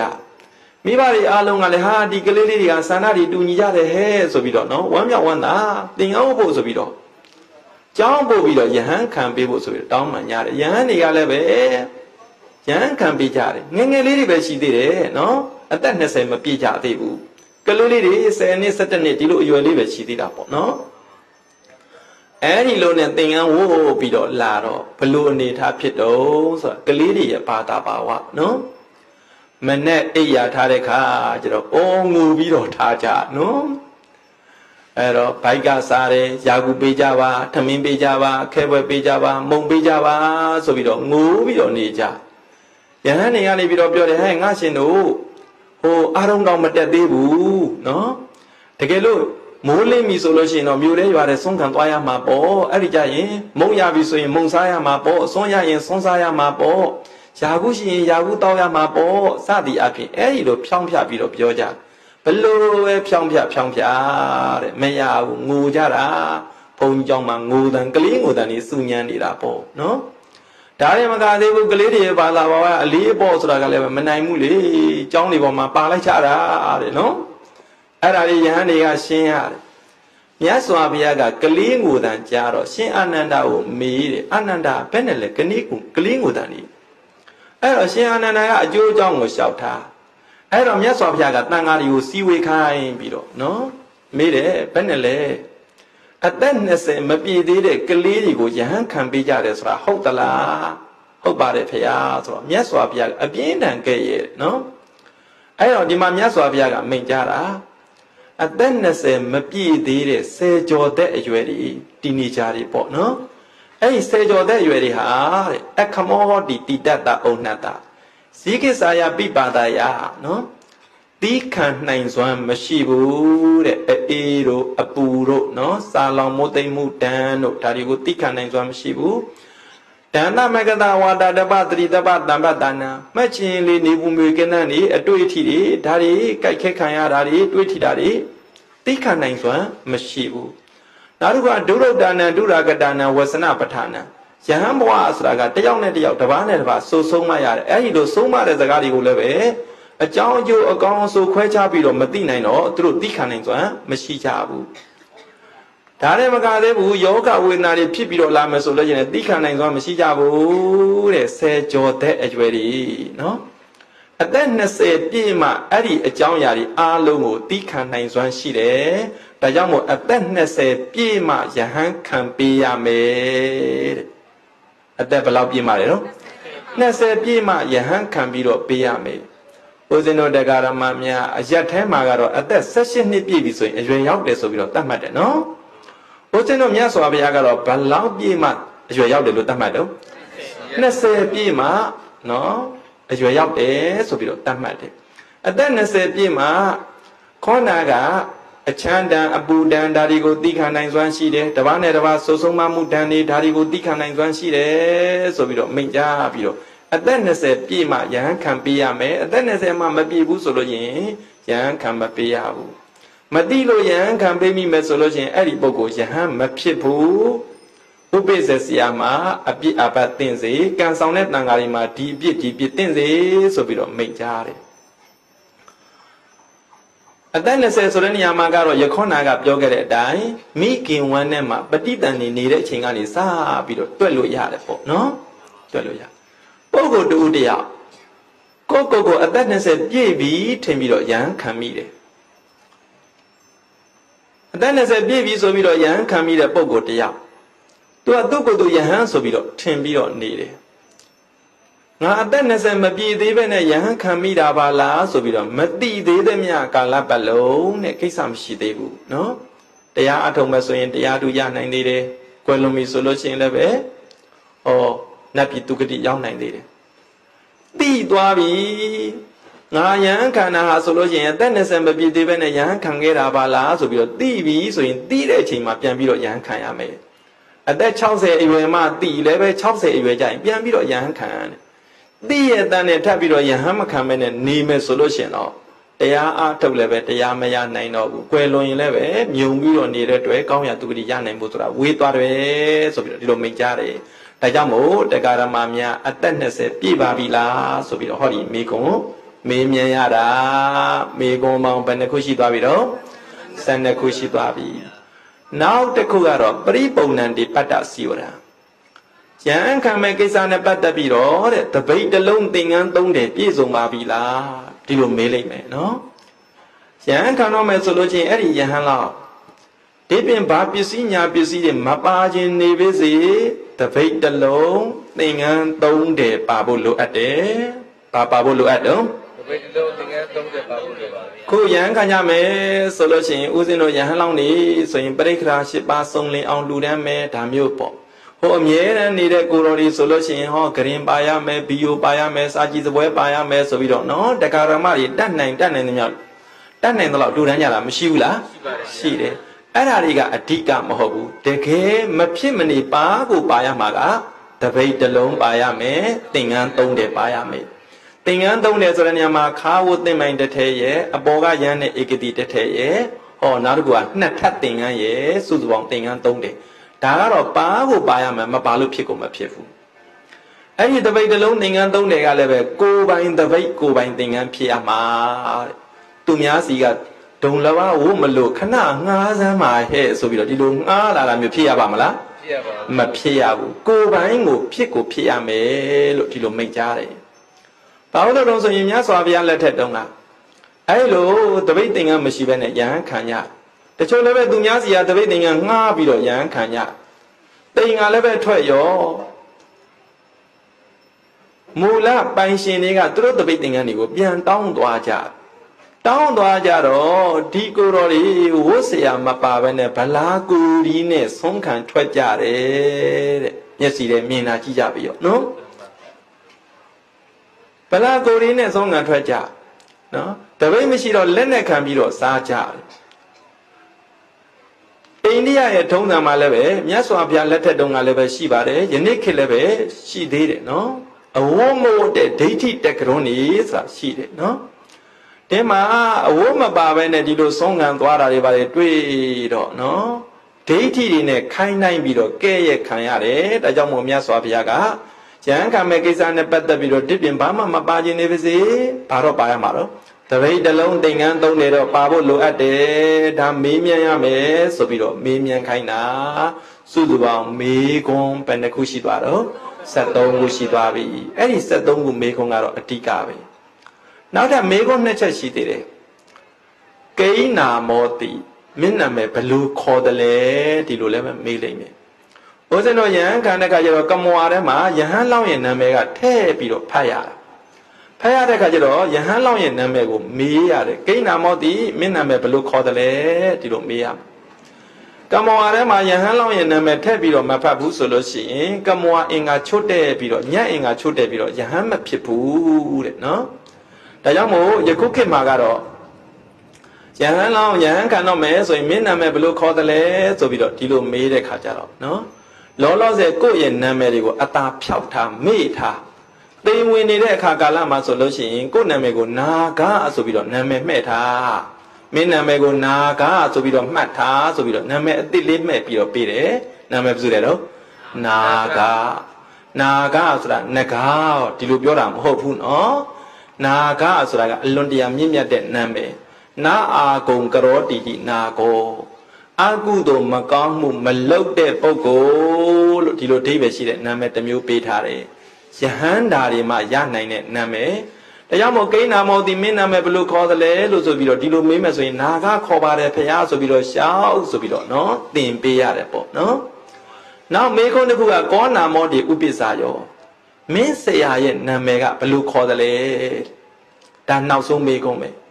ကမောအဖတ်တဲ့ခါမှာဆိုလို့ရှိရင်လည်းပဲဆရာသမားရဲ့နာမည်ကထည့်ပြီးတော့ဖတ်ရတယ်ထည့်ပြီးတော့မဖတ်ဘူးဆိုရင်ဆိုင်ရာအင်္ဂါတွေချွတ်ရင်းတဲ့အတွက်ယဟန်မဖြစ်ဘူးပေါ့သာသနာမှာဆိုလို့ရှိရင်တရားဓမ္မများဥပိ္ပစေဆရာဘာဆရာတွေတော့ဥပိ္ပစေဆရာဥပိ္ပစေဆရာဆိုတာကအဓိကခေါင်းပဲနော်မြတ်စွာဘုရားကမိန့်ကြားတယ်သာသနာမှာနေမယ်ဆိုရင်ဥပိ္ပစေဆရာကတတ္တိယရိကတပိအပေါ်မှာနော်သားဆိုတဲ့စိတ်ထားမျိုးပွေးရတတိယရိကတပိကဥပိ္ပစေဆရာပေါ်မှာဖခင်ဆိုတဲ့စိတ်ထားမျိုးပွေးရမယ်အဲ့ဒီလိုပုံစံမျိုးနဲ့တူဦးနဲ့တူဦးလေးစားပြီးတော့ကြင်ကြံရမယ်အဲ့လိုကြင်ကြံမယ်ဆိုရင်သာသနာမှာစီပင်မှာဆိုပြီးတော့ဒီလိုမိန့်ကြားတာကိုနော်ဥပိ္ပစေဆရာကလည်းပဲအရေးကြီးတယ်မိမိရဲ့ဆရာသမားရဲ့နာမည်ကိုလည်းပဲဓာတ်ရိုက်ကြီးပြောမယ်ဆိုရင်ရိုင်းဆိုင်ရာကြမှာဆိုလို့ဆိုပြီးတော့ယခုခေတ်ကျတော့ယဟန်ခံပြီဆိုလို့ရှိရင်ဥပိ္ပစေဆရာရဲ့နာမည်ကိုအရှင်တိတ်တမထေဆိုပြီးတော့ဒီလိုခဏနာမည်ပေးပြီးတော့မှယဟန်ခံလေးရှိကြတယ်နော်ဒီပြင်မူရင်းနာမည်ကတော့ရှိတာပေါ့သို့တော်လည်းပဲကံဆောင်နေတော့မှကမွာဖတ်နေတော့မှဆိုရင်မင်းဥပိ္ပစေဆရာရဲ့နာမည်အရှင်တိတ်တမထေမြည်ပါတယ်ဖေဟာဆိုပြီးတော့ဒီလိုမှတ်ထားတန်ဃာတွေကလည်းပဲဒီလိုမှတ်ထားဆိုပြီးတော့နာမည်အသစ်မှဲ့ပြီးတော့ယဟန်ခံလေးရှိကြတယ်စုစုပေါင်းယဟန်ခံကနီးမှာယဟန်လောင်းကိုမေးမြန်းတဲ့မေးခွန်းတနည်းအားဖြင့်ပြောလို့ဆိုရင်အင်တာဗျူးမေးခွန်းဘယ်နှချက်ရှိတာတော့15ချက်ရှိတယ်အဲ့ဒီ15ချက်ထဲမှာကတော့83ချက်ကတော့ပို့ပြီးတော့အရေးပါတယ်အဲ့ဒီလိုအင်္ဂါတွေနဲ့ညှိပြီးတော့နေတယ်ဆိုရင်83ချက်နဲ့ညှိပြီးတော့နေတယ်ဆိုရင်တော့အဲ့ဒါယဟန်ခံလို့မရဘူးအဲ့ဒါကိုကြည်သောအဖြစ်ဥစဉ်တို့တရားဓမ္မများယဟန်ဘဝဆိုတာရခဲ့တယ်ဆိုတာလည်းမသိတာဘူးလားသိတာတယ်ကဲဆိုကြပါစို့အဲ့ဒီလိုနဲ့မေးခွန်းနဲ့မေးပြီးသွားပြီနော်ဆိုင်ရာရည်သွေးတွေနဲ့ပြည့်စုံပြီးပြီဆိုလို့ရှိရင်လည်းပဲဒါယဟန်တွေကကမွာတွေပါတွေဖတ်ပြီးတော့ယဟန်ခံပေးပြီးကြပြီယဟန်ခံပေးပြီးပြီဆိုရင်တိမ်ကမထွက်သေးခင်ဆိုလို့ရှိရင်ရေးကြည့်တဲ့စကားတွေမှားရသေးတယ်နော်အရေးကြီးတဲ့စကားတွေမှားရသေးတယ်ယဟန်ဖြစ်တဲ့အချိန်ဘယ်အချိန်မှာယဟန်ဖြစ်တယ်ဆိုတာတိတိကျကျပြောပြရတယ် ကိုယ့်ရဲ့အရင်ယဟန်ဖြစ်တဲ့ပုဂ္ဂိုလ်တွေကကိုယ့်ရဲ့ကြီးတဲ့ပုဂ္ဂိုလ်တွေပဲအသက်ငယ်ချင်းငယ်နေပါစေပေါ့နော်ကိုယ့်နောက်မှယဟန်ဖြစ်တဲ့ပုဂ္ဂိုလ်တွေဟာကိုယ့်ရဲ့ငယ်တဲ့ပုဂ္ဂိုလ်တွေပဲဆိုပြီးတော့ဒီလိုအတိမတ်ပြုပြီးတော့ကိုယ့်ရဲ့တိတ်ခါဝါကြီးတဲ့ပုဂ္ဂိုလ်တွေကိုကိုယ်ကရေဦးသေးလေးစားရမယ်ကိုယ့်ရဲ့ငယ်တဲ့ပုဂ္ဂိုလ်ရဲ့ဂျိုသေးလေးစားမှုကိုခံရမယ်ရှိခိုးမှုကိုခံရမယ်စသည်အပြင်ဒီလိုသွန်သင်ရတယ်အဲ့လိုသွန်သင်ဖို့ယဟန်ဖြစ်တဲ့အချိန်တိတိကျကျပြောပြပေးရနောက်ဘာတွေပြောပြပေးရသေးတော့ဆိုရင်ယဟန်ဘဝမှာမိခိုပြီးတော့နေရတယ်မိယာ၄ပါးဘာလဲတော့မိယာ၄ပါးယဟန်ဘဝဆိုတာသင်္ကန်းဆိုတာပန္တုကိုသင်္ကန်းကိုအားကိုပြီးတော့သင်္ကန်းဝတ်ရတာနော်တရားဓမ္မတွေလှူတဲ့သင်္ကန်းများမှန်းပြီးတော့သင်္ကန်းဝတ်ရတာများအောင်းမိတ်ပြီးတော့မနေနဲ့နော်ရှေးဖို့ရှေးကမှမရှိဘူးတရားဓမ္မတွေလူမဲ့တမ်းမှမရှိဘူးဆိုရင်ပန္တုကိုသင်္ကန်းကိုကောက်ပြီးတော့ဒါဝတ်ပြီးတော့ဒါယဟန်တရားကြိုးစားပြီးတော့ကျင့်စွမ်းဆိုလို့ရှိရင်လည်းဆုံးခံပြီးတော့စားတာကိုဆုံးခံပြီးတော့ရတဲ့စွမ်းကိုအားကိုပြီးတော့သင်္ကန်းဝတ်ရတာတရားဓမ္မတွေလှူတဲ့တန်းတဲ့ဆုံးကိုများမျောကိုပြီးတော့သင်္ကန်းဝတ်တာမျိုးမလုံးနဲ့နော်တရားဓမ္မတွေကမှမလှူမတမ်းဘူးဆိုလို့ရှိရင်ဆုံးခံပြီးတော့ဒါစားပြီးတော့တရားအားထုတ်ဆုံးကိုလည်းပဲအမိပေါ့နော်ကျောင်းဆိုလို့ရှိရင်လည်းပဲတစ်ပင်ရင်းကိုအမိပြုပြီးတော့သင်္ကန်းဝတ်ရတာနော်စေးဆိုလို့ရှိရင်လည်းပဲပုတိမုဒ္ဒဘေသစ္စလို့ခေါ်ရတယ်နွားကျင်ငယ်တို့ဘာလို့နဲ့စိန်ထားတဲ့ဇီးပြူရှိရှာတဖန်းကားကြီးကိုအားကိုပြီးတော့သင်္ကန်းဝတ်ရတာဒီပြင်စေးကောင်းဝါကောင်းတွေများမျှော်မှန်းပြီးတော့သင်္ကန်းဝတ်ရတာမဟုတ်ဘူးဆိုပြီးတော့မိယာ၄ပါးနဲ့ပတ်သက်ပြီးတော့ဟောမိန်ကြားရတယ်ပြောပြီးတော့ပေးရနောက်တစ်ခုကျတော့အရေးအကြီးဆုံးကဘာလို့ယဟန်ဘဝမှာလုံးဝမလုတ်တဲ့ပြစ်မှုကြီး၄မျိုးယဟန်ဘဝမှာလုံးဝမလုတ်တဲ့ပြစ်မှုကြီးဘယ်နှမျိုးလဲတော့၄မျိုးပါ၄မျိုးအဲ့ဒီ၄မျိုးကနံပါတ်1အပြန်မစရိယတိတ်ခါဘုကိုကျူးလွန်နံပါတ်2ခိုးမှုကိုကျူးလွန်တယ်ခိုးမှုဆိုတဲ့နေရာမှာတမတ်ထက်ထိုက်တန်တဲ့ပစ္စည်းတို့ငွေကြေးတို့ဒီလိုခိုးတာမျိုးပေါ့နံပါတ်3ကျတော့လူသတ်မှုကိုကျူးလွန်တယ်လူသတ်မှုဆိုတဲ့နေရာမှာလူရဲလို့ထင်ထင်ရှားရှားမဟုတ်ဘူးကိုယ်ဝန်ကြစေးတို့ကတော့ပေးတာကနေစပြီးတော့ရှောင်ရမယ်နော်ကိုယ်ဝန်ကြတဲ့နီးတို့ကတော့ပြောပြမယ်ဆိုရင်ဒါလည်းပဲလူသတ်မှုပဲနံပါတ်3ကျတော့လည်းပဲဦးဇင်းတို့တရားဓမ္မများအရေးကြီးတယ်ကိုယ်မှာဇံမက်ဖို့တရားတွေမရှိပါရဲ့ဘဲနဲ့ကိုယ်မှာတရားတူတရားမြတ်မရှိပါဘဲနဲ့တရားဓမ္မများနားလည်အောင်ပြောရမယ်ဆိုကိုယ်ကယဟန္တာလည်းပဲမဟုတ်ပါဘဲနဲ့တရားတူတရားမြတ်တွေရှိတရားရောင်ဇံရတရားရောင်မဲ့ရတရားရောင်ယဟန္တာဖြစ်တရားရောင်နဲ့ကြွားပြီးတော့ပြောတာလိမ်ညာပြီးတော့ပြောတာစုစုပေါင်းပြစ်မှုဘယ်နှမျိုးတော့၄မျိုးအဲ့ဒီပြစ်မှု၄မျိုးတွေကတစ်မျိုးမျိုးလွန်ကျူးပြီဆိုလို့ရှိရင်အဲ့ဒီပုဂ္ဂိုလ်ယဟန်အဖြစ်ကလုံးဝပြက်ပြယ်ပြီးတော့သွားတယ်နော်ပြက်ပြယ်ရုံနဲ့မကဘူးဒီပြစ်မှု၄မျိုးတွေကတစ်မျိုးမျိုးကိုလွန်ကျူးမိပြီဆိုလို့ရှိရင်တလားဒီဘဝမှာနောက်ထပ်ယဟန်ခံခြင်းနဲ့ဆိုလို့ရှိရင်လည်းပြန်လို့ယဟန်ခံလို့မရနိုင်တော့ဘူးဒီဘဝတော့လုံးဝရှုံးသွားပြီတဲ့လုံးဝမလုံတဲ့ပြစ်မှုကြီးဘယ်နှမျိုးလဲတော့၄မျိုးနော်အဲ့ဒါကြောင့်မို့ဦးဇင်းတို့တရားဓမ္မများဒီနေရာမှာတတိထားเสียရှိတယ်ဒီလိုနွေရာသီကာလမှာဒုံလဘယဟန်ဝတ်ကြတဲ့ပုဂ္ဂိုလ်တွေနော်ယဟန်ဘဝကနေပြီးတော့ထွက်တော့မယ်ဆိုလို့ရှိရင်စနစ်တကျထွက်တတ်ဖို့လိုအပ်တယ်နော်ယဟန်ဘဝကနေပြီးတော့လူထွက်ပြီဆိုရင်ကိုရင်နေလူထွက်တာနဲ့မတူဘူးနော်ကိုရင်နေလူထွက်ပြီဆိုလို့ရှိရင်သင်္ကန်းကိုချုပ်ပစိုးအင်ကြီးဝတ်လိုက်ပြီဆိုရင်ကိုရင်နေကလူဖြစ်သွားတယ်ယဟန်နေကြတော့သင်္ကန်းချုပ်ပြီးတော့ပစိုးအင်ကြီးဝတ်ယုံလေးနဲ့လူမဖြစ်သေးဘူးယဟန်ကယဟန်ပဲနော်ယဟန်ကယဟန်ပဲအဲ့ဒါကိုမတိပဲနဲ့လူဖြစ်ပြီးထင်ပြီးတော့အိမ်ပြန်သွားမယ်ဆိုရင်ခုနကပြစ်မှုတွေကိုလွန်ကျူးမိမယ်ဆိုရင်နောက်ထပ်သူဟာယဟန်ခံလို့ရပါအောင်မလားမရဘူးတစ်သက်လုံးဆုံးရှုံးရတဲ့အနေအထားမျိုးရောက်သွားနိုင်တယ်နော်ဒါတတိထားเสียဒါကြောင့်မို့လူထွက်တော့မယ်ဆိုလို့ရှိရင်တတ်တိနားလေတဲ့ဆရာတော်ထေထမ်းမှာတိတ်ခါချပြီးတော့လူထွက်ရတယ်တိတ်ခါချတယ်ဆိုပြီးတော့ဒီလိုခေါ်တာပေါ့နော်ယဟန်တိတ်ခါကိုရှော့ကြသွားအောင်ချရတယ်တပည့်တော်ကိုဟောတာသနာဒါယကဆိုပြီးတော့အတိမတ်ပြုတော်မူပါဖေယဥပဒကဆိုပြီးတော့အတိမတ်ပြုတော်မူပါဖေယနော်ယဟန်မဟုတ်တော့ဘူးဆိုပြီးတော့အတိမတ်ပြုတော်မူပါဖေယစသည်အဖြစ်အဲ့ဒီလိုစနေတကြတိတ်ခါချမှယဟန်တိတ်ခါကကြာပြီးတော့လူဘဝမှာတည်တာ